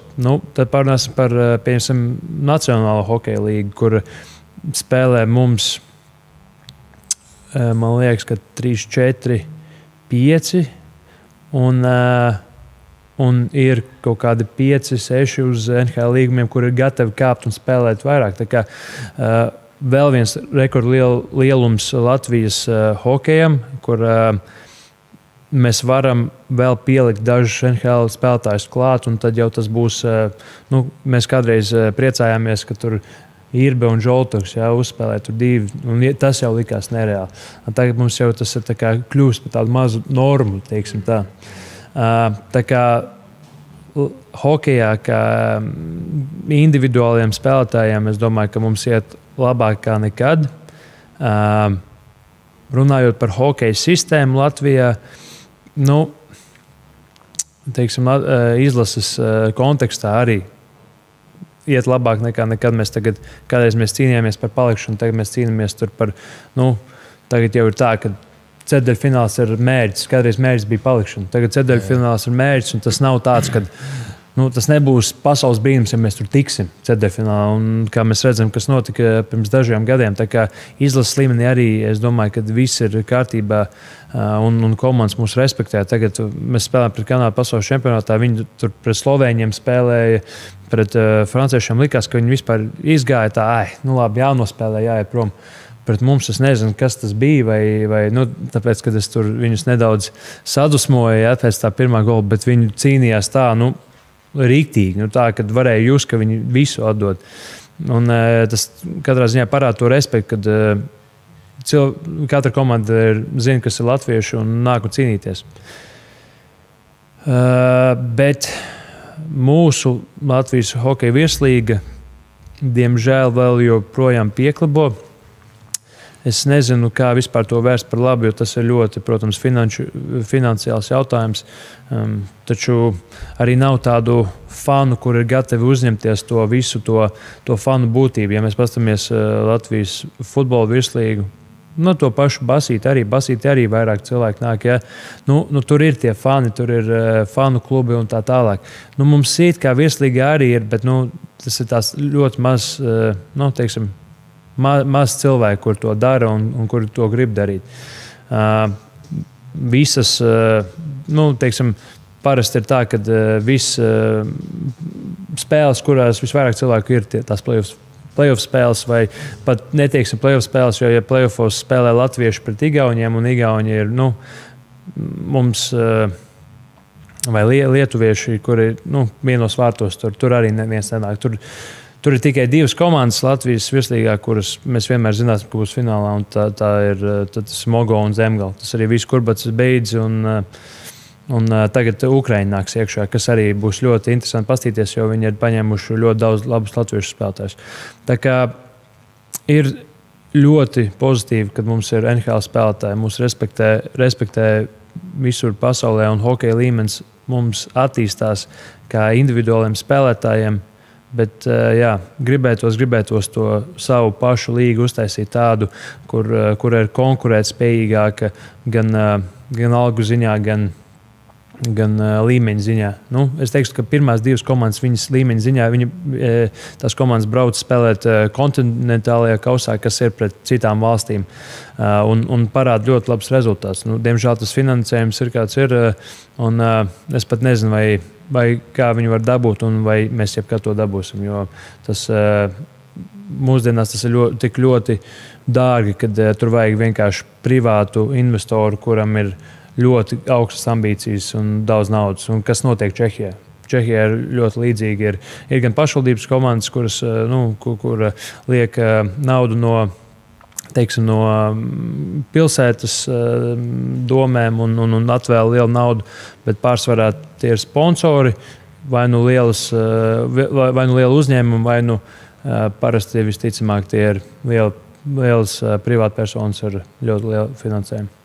Es tev gribēju paspiest roku par golu pret Kanādu. Tā, paldies. Paldies. Ļoti iespaidīgi tiešām. Jā. Kā es bļāvu, ja tu zinātu. Es arī bļāvu. Redzēju? Es pabļāvu un es biju priecīgs tieši 2 minūtes vai 3 minūtes, un tad bija 1-2. Un tad es sapratu, ka laikam tas gols baigi daudz ko neizmainīs. Vienalga emocijas tomēr riktīgi atnes. Bet vēl noslēdzot arī šo tēmu, es gribu apjautāties, kā tu to redzi, ja Kārli tev ir ko piekomentēt droši, vai jau kad tajā hokeja pasaulē, kas ir Latvijas līmenī runājot, atgriezīsies kaut kas tāds, kas bija Rīgas Dinamo. Tāds līmenis, kur tu zināji, kur katrs hokeja fans un ne tikai fans, vienkārši cilvēks zināja, šonedēļ Rīgas Dinamo 2 spēles, būs arēna pilna, būs cilvēki, šums, kā saka, cilvēku runāšana, kustība un vispārējais par un ap to. Vai kaut kad tās būs vēl? Ir plānā. Es zinu, ka ir plānā uz kaut kādu, man liekas, 2 vai 3 gadu uz priekšu. Ir plāns uztaisīt tādu līdzīgu komandu. Es domāju, ka Rīgas Dinamo viņu nesauks.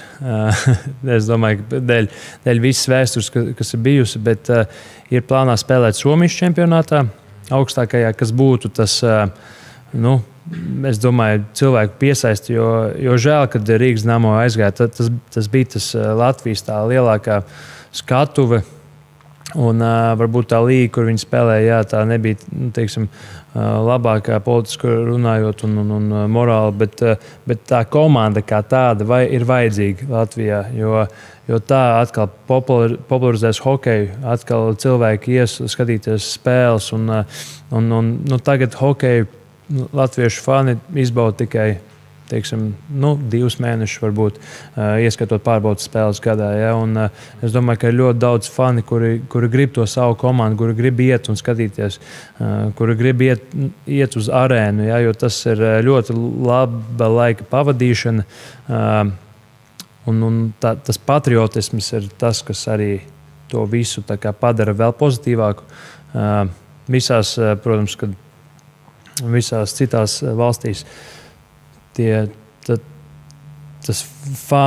fani, tas ir tas patriotiskais, kas cilvēkiem patīk. Citi pat nesaprot, kas ir hokejs. Latviešiem arī, pat latviešu faniem, ir ļoti daudz, kur brauc tur atbalstīt Stokholmā tur mums bija ļoti daudz, visvairāk fani izņemot Zviedrus. Ja?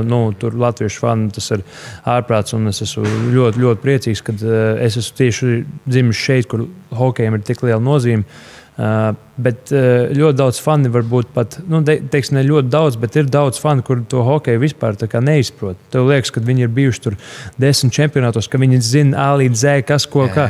Viņi aizbrauc dēļ tās sajūtas, ko tu iegūsi, ka tu tur esi. Tā ir tā vienotība, tie ir tie dziesmu svētki, tie ir tie koncerti, tie ir tādu sajūtu, dēļ tām sajūtām tu dzīvo to dzīvi, lai pat AC/DC koncertā, labi, varbūt tas nebija patriotiskais, bet tas, kad jūs visi esat atnākuši un skatāties to savu, teiksim, bērnības elkus, dziedam, un viņi tur knapi var padziedāt, bet tas ir tāda enerģija, un tas patriotisms ir arī tas, kas to sportu vieno, un tāpēc tie visi fani nāk, un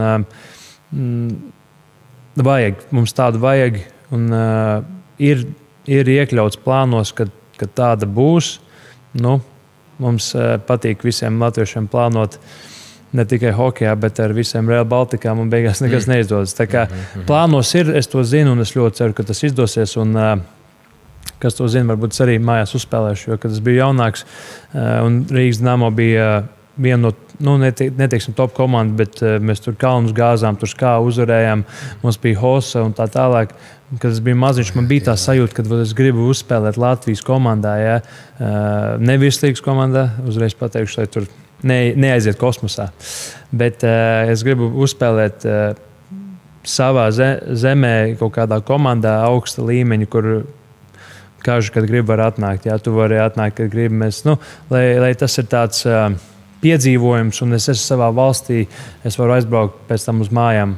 Nevis braukt tur uz mājas, kuras īrēju, vai uz viesnīcu, bet es varu aizbraukt uz savām mājām un varu ar čomiem pasēdēt un zināt, ka man vienmēr ir ģimene vai labākie draugi, kuri nāk un man skatīties. Un tas ir vēl viens tāds mazais mērķis, kur, ja tur iet NHL, tur Olimpiskās spēles, Latvijas izlases, tad tā arī būtu kaut kāds tas mazais sapņu piepildījums.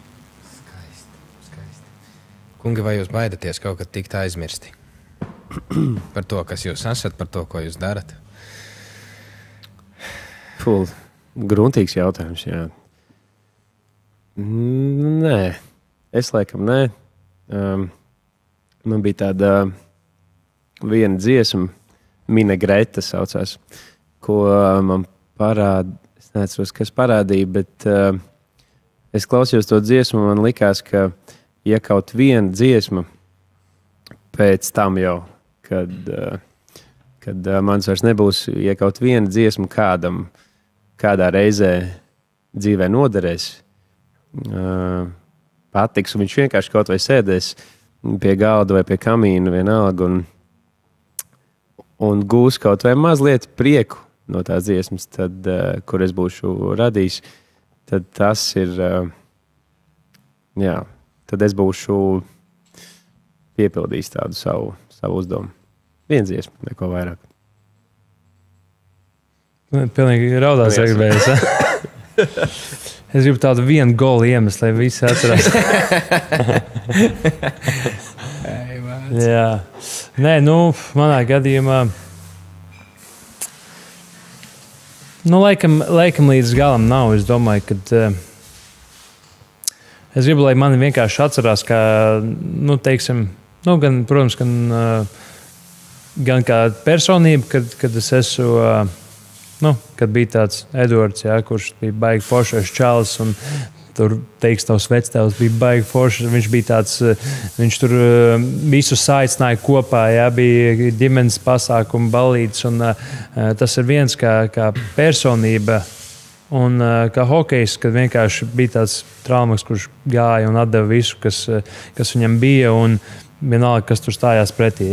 Tas ir laikam tas viens, kā es gribu būt atcerēties, bet es domāju, ka laikam ejot uz priekšu, tāpat mēs būsim aizmirsti pēc kaut kāda laika, teiksim tā, un galvenais ir iedot visiem tam savējiem tās emocijas, un vai tie ir fani vai ģimeni, lai viņi atcerās tikai to labo, un nekad neviens tevi neatcerās ar kaut ko, ko tu tur esi sliktu izdarījis. Vai, teiksim tā, ja netīšām tur sanāk, tur paklupt un iziet kāds un iemet golu, tas ir savādāk, ja? Bet tādu vairāk kā tādu vienkārši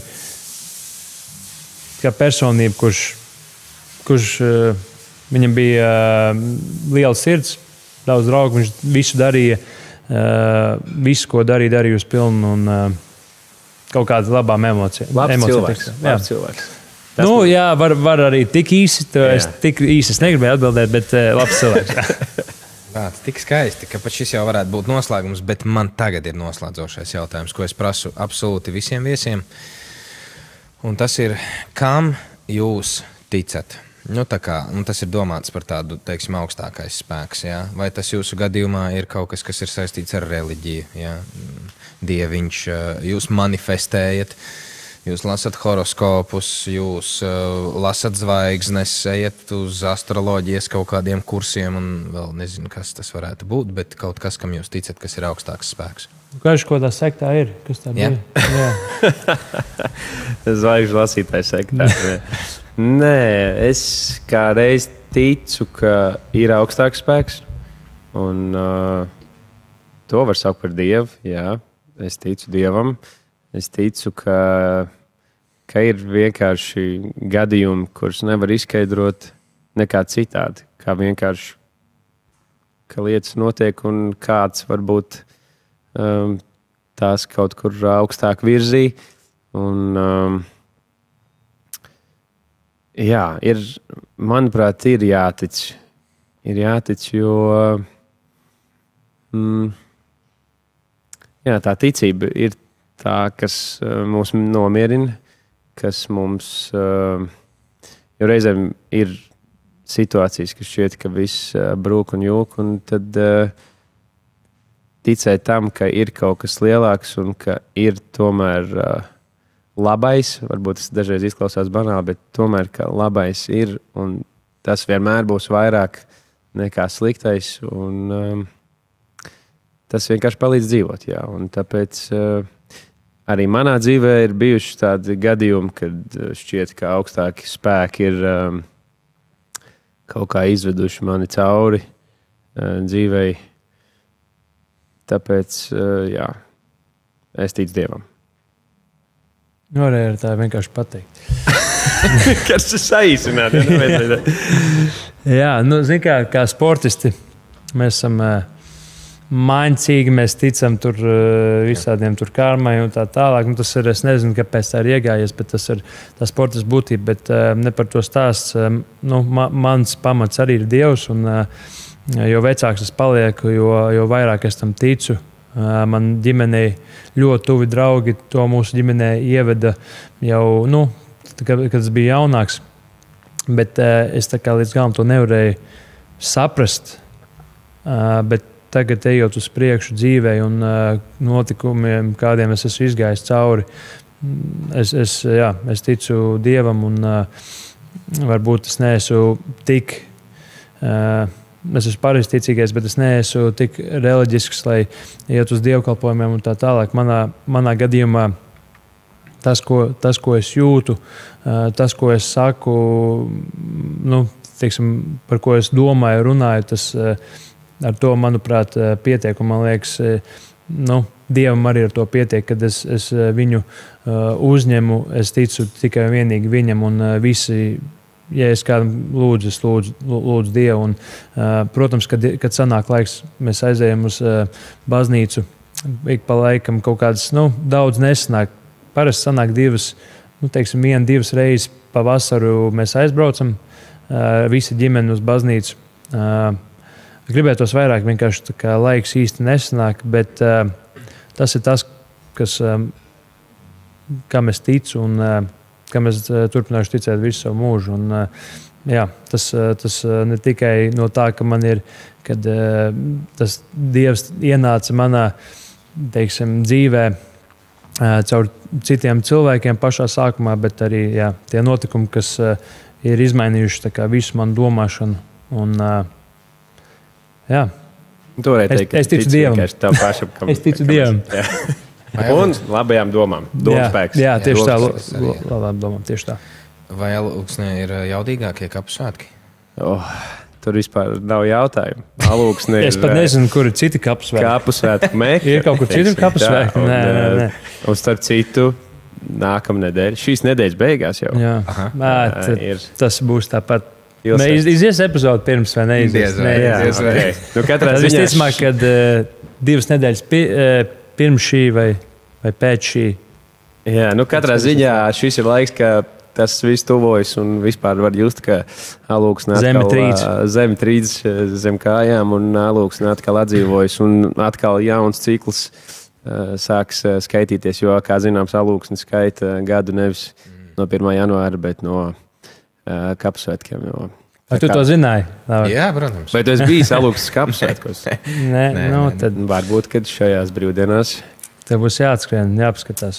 Jūs būsiet, jo ir jaudīgi. Jā. Mēs tur tagad plānojam. Un šī būs pirmā reize kopš cik gadiem, kad ir tā sanācis. Jo, kad mēs bijām jaunāki, mēs visu laiku svinējām tos, teiksim, Alūksnes svētkus mēs svinējām, bet kapu svētkus arī. Un tagad pēdējo cik gadu laikā gan es braucu prom pirms augusta sākuma un Kārlim koncerta. Tā kā es domāju, 10 gadu laikā, varbūt nedaudz mazāk, kad beidzot mēs varam atkal satikties, atkal tā lielā ģimenes ballīte un būt savā dzimtenē. Teiksim, 3-dienieks. Tur sanāk. Jā. Visus aicinām uz Alūksnes pilsētas svētkiem. Kā jau viņš to izdarīja. Jā. Es nedaudz savādāk toties uzaicināju, bet es ceru, ka visiem patika. Jā. Skaisti, kungi. Paldies jums milzīgs, ka jūs atnācāt šodien ciemos uz Atver Muti podcastu. Šodien mums ar daudz dažādiem specifiktiem apkārt. To mēs piedzīvojām. Jaudīgi. Bet es ļoti novērtēju to, ko jūs darat ikdienā, un milzīgs tiešām jums paldies par to. Edvard, tev, lai izdodas aizķerties tajā vietā un tagad tā kreftīgi un kārtīgi, kas ir Nacionālā hokeja līga. Savukārt tev, Kārli, lai pēc arēnas koncerta, iznākot ārā no turienes, būtu sajūta, ka šis ir tikai sākums kaut kam lielam, un tas ir tikai tāds mazs celiņš, pa kuru jūs esat iesākuši iet tajā mūzikas pasaulē un aizsniedzat daudzu sirdis arī aizrobežā. Paldies tev, Laura. Paldies, ka uzveicināji. Paldies tev, jums, Laura. kungi. Paldies liels skatītājiem. Tiekamies jau nākamajā Atver Muti podcastu epizodē. Čavinieks.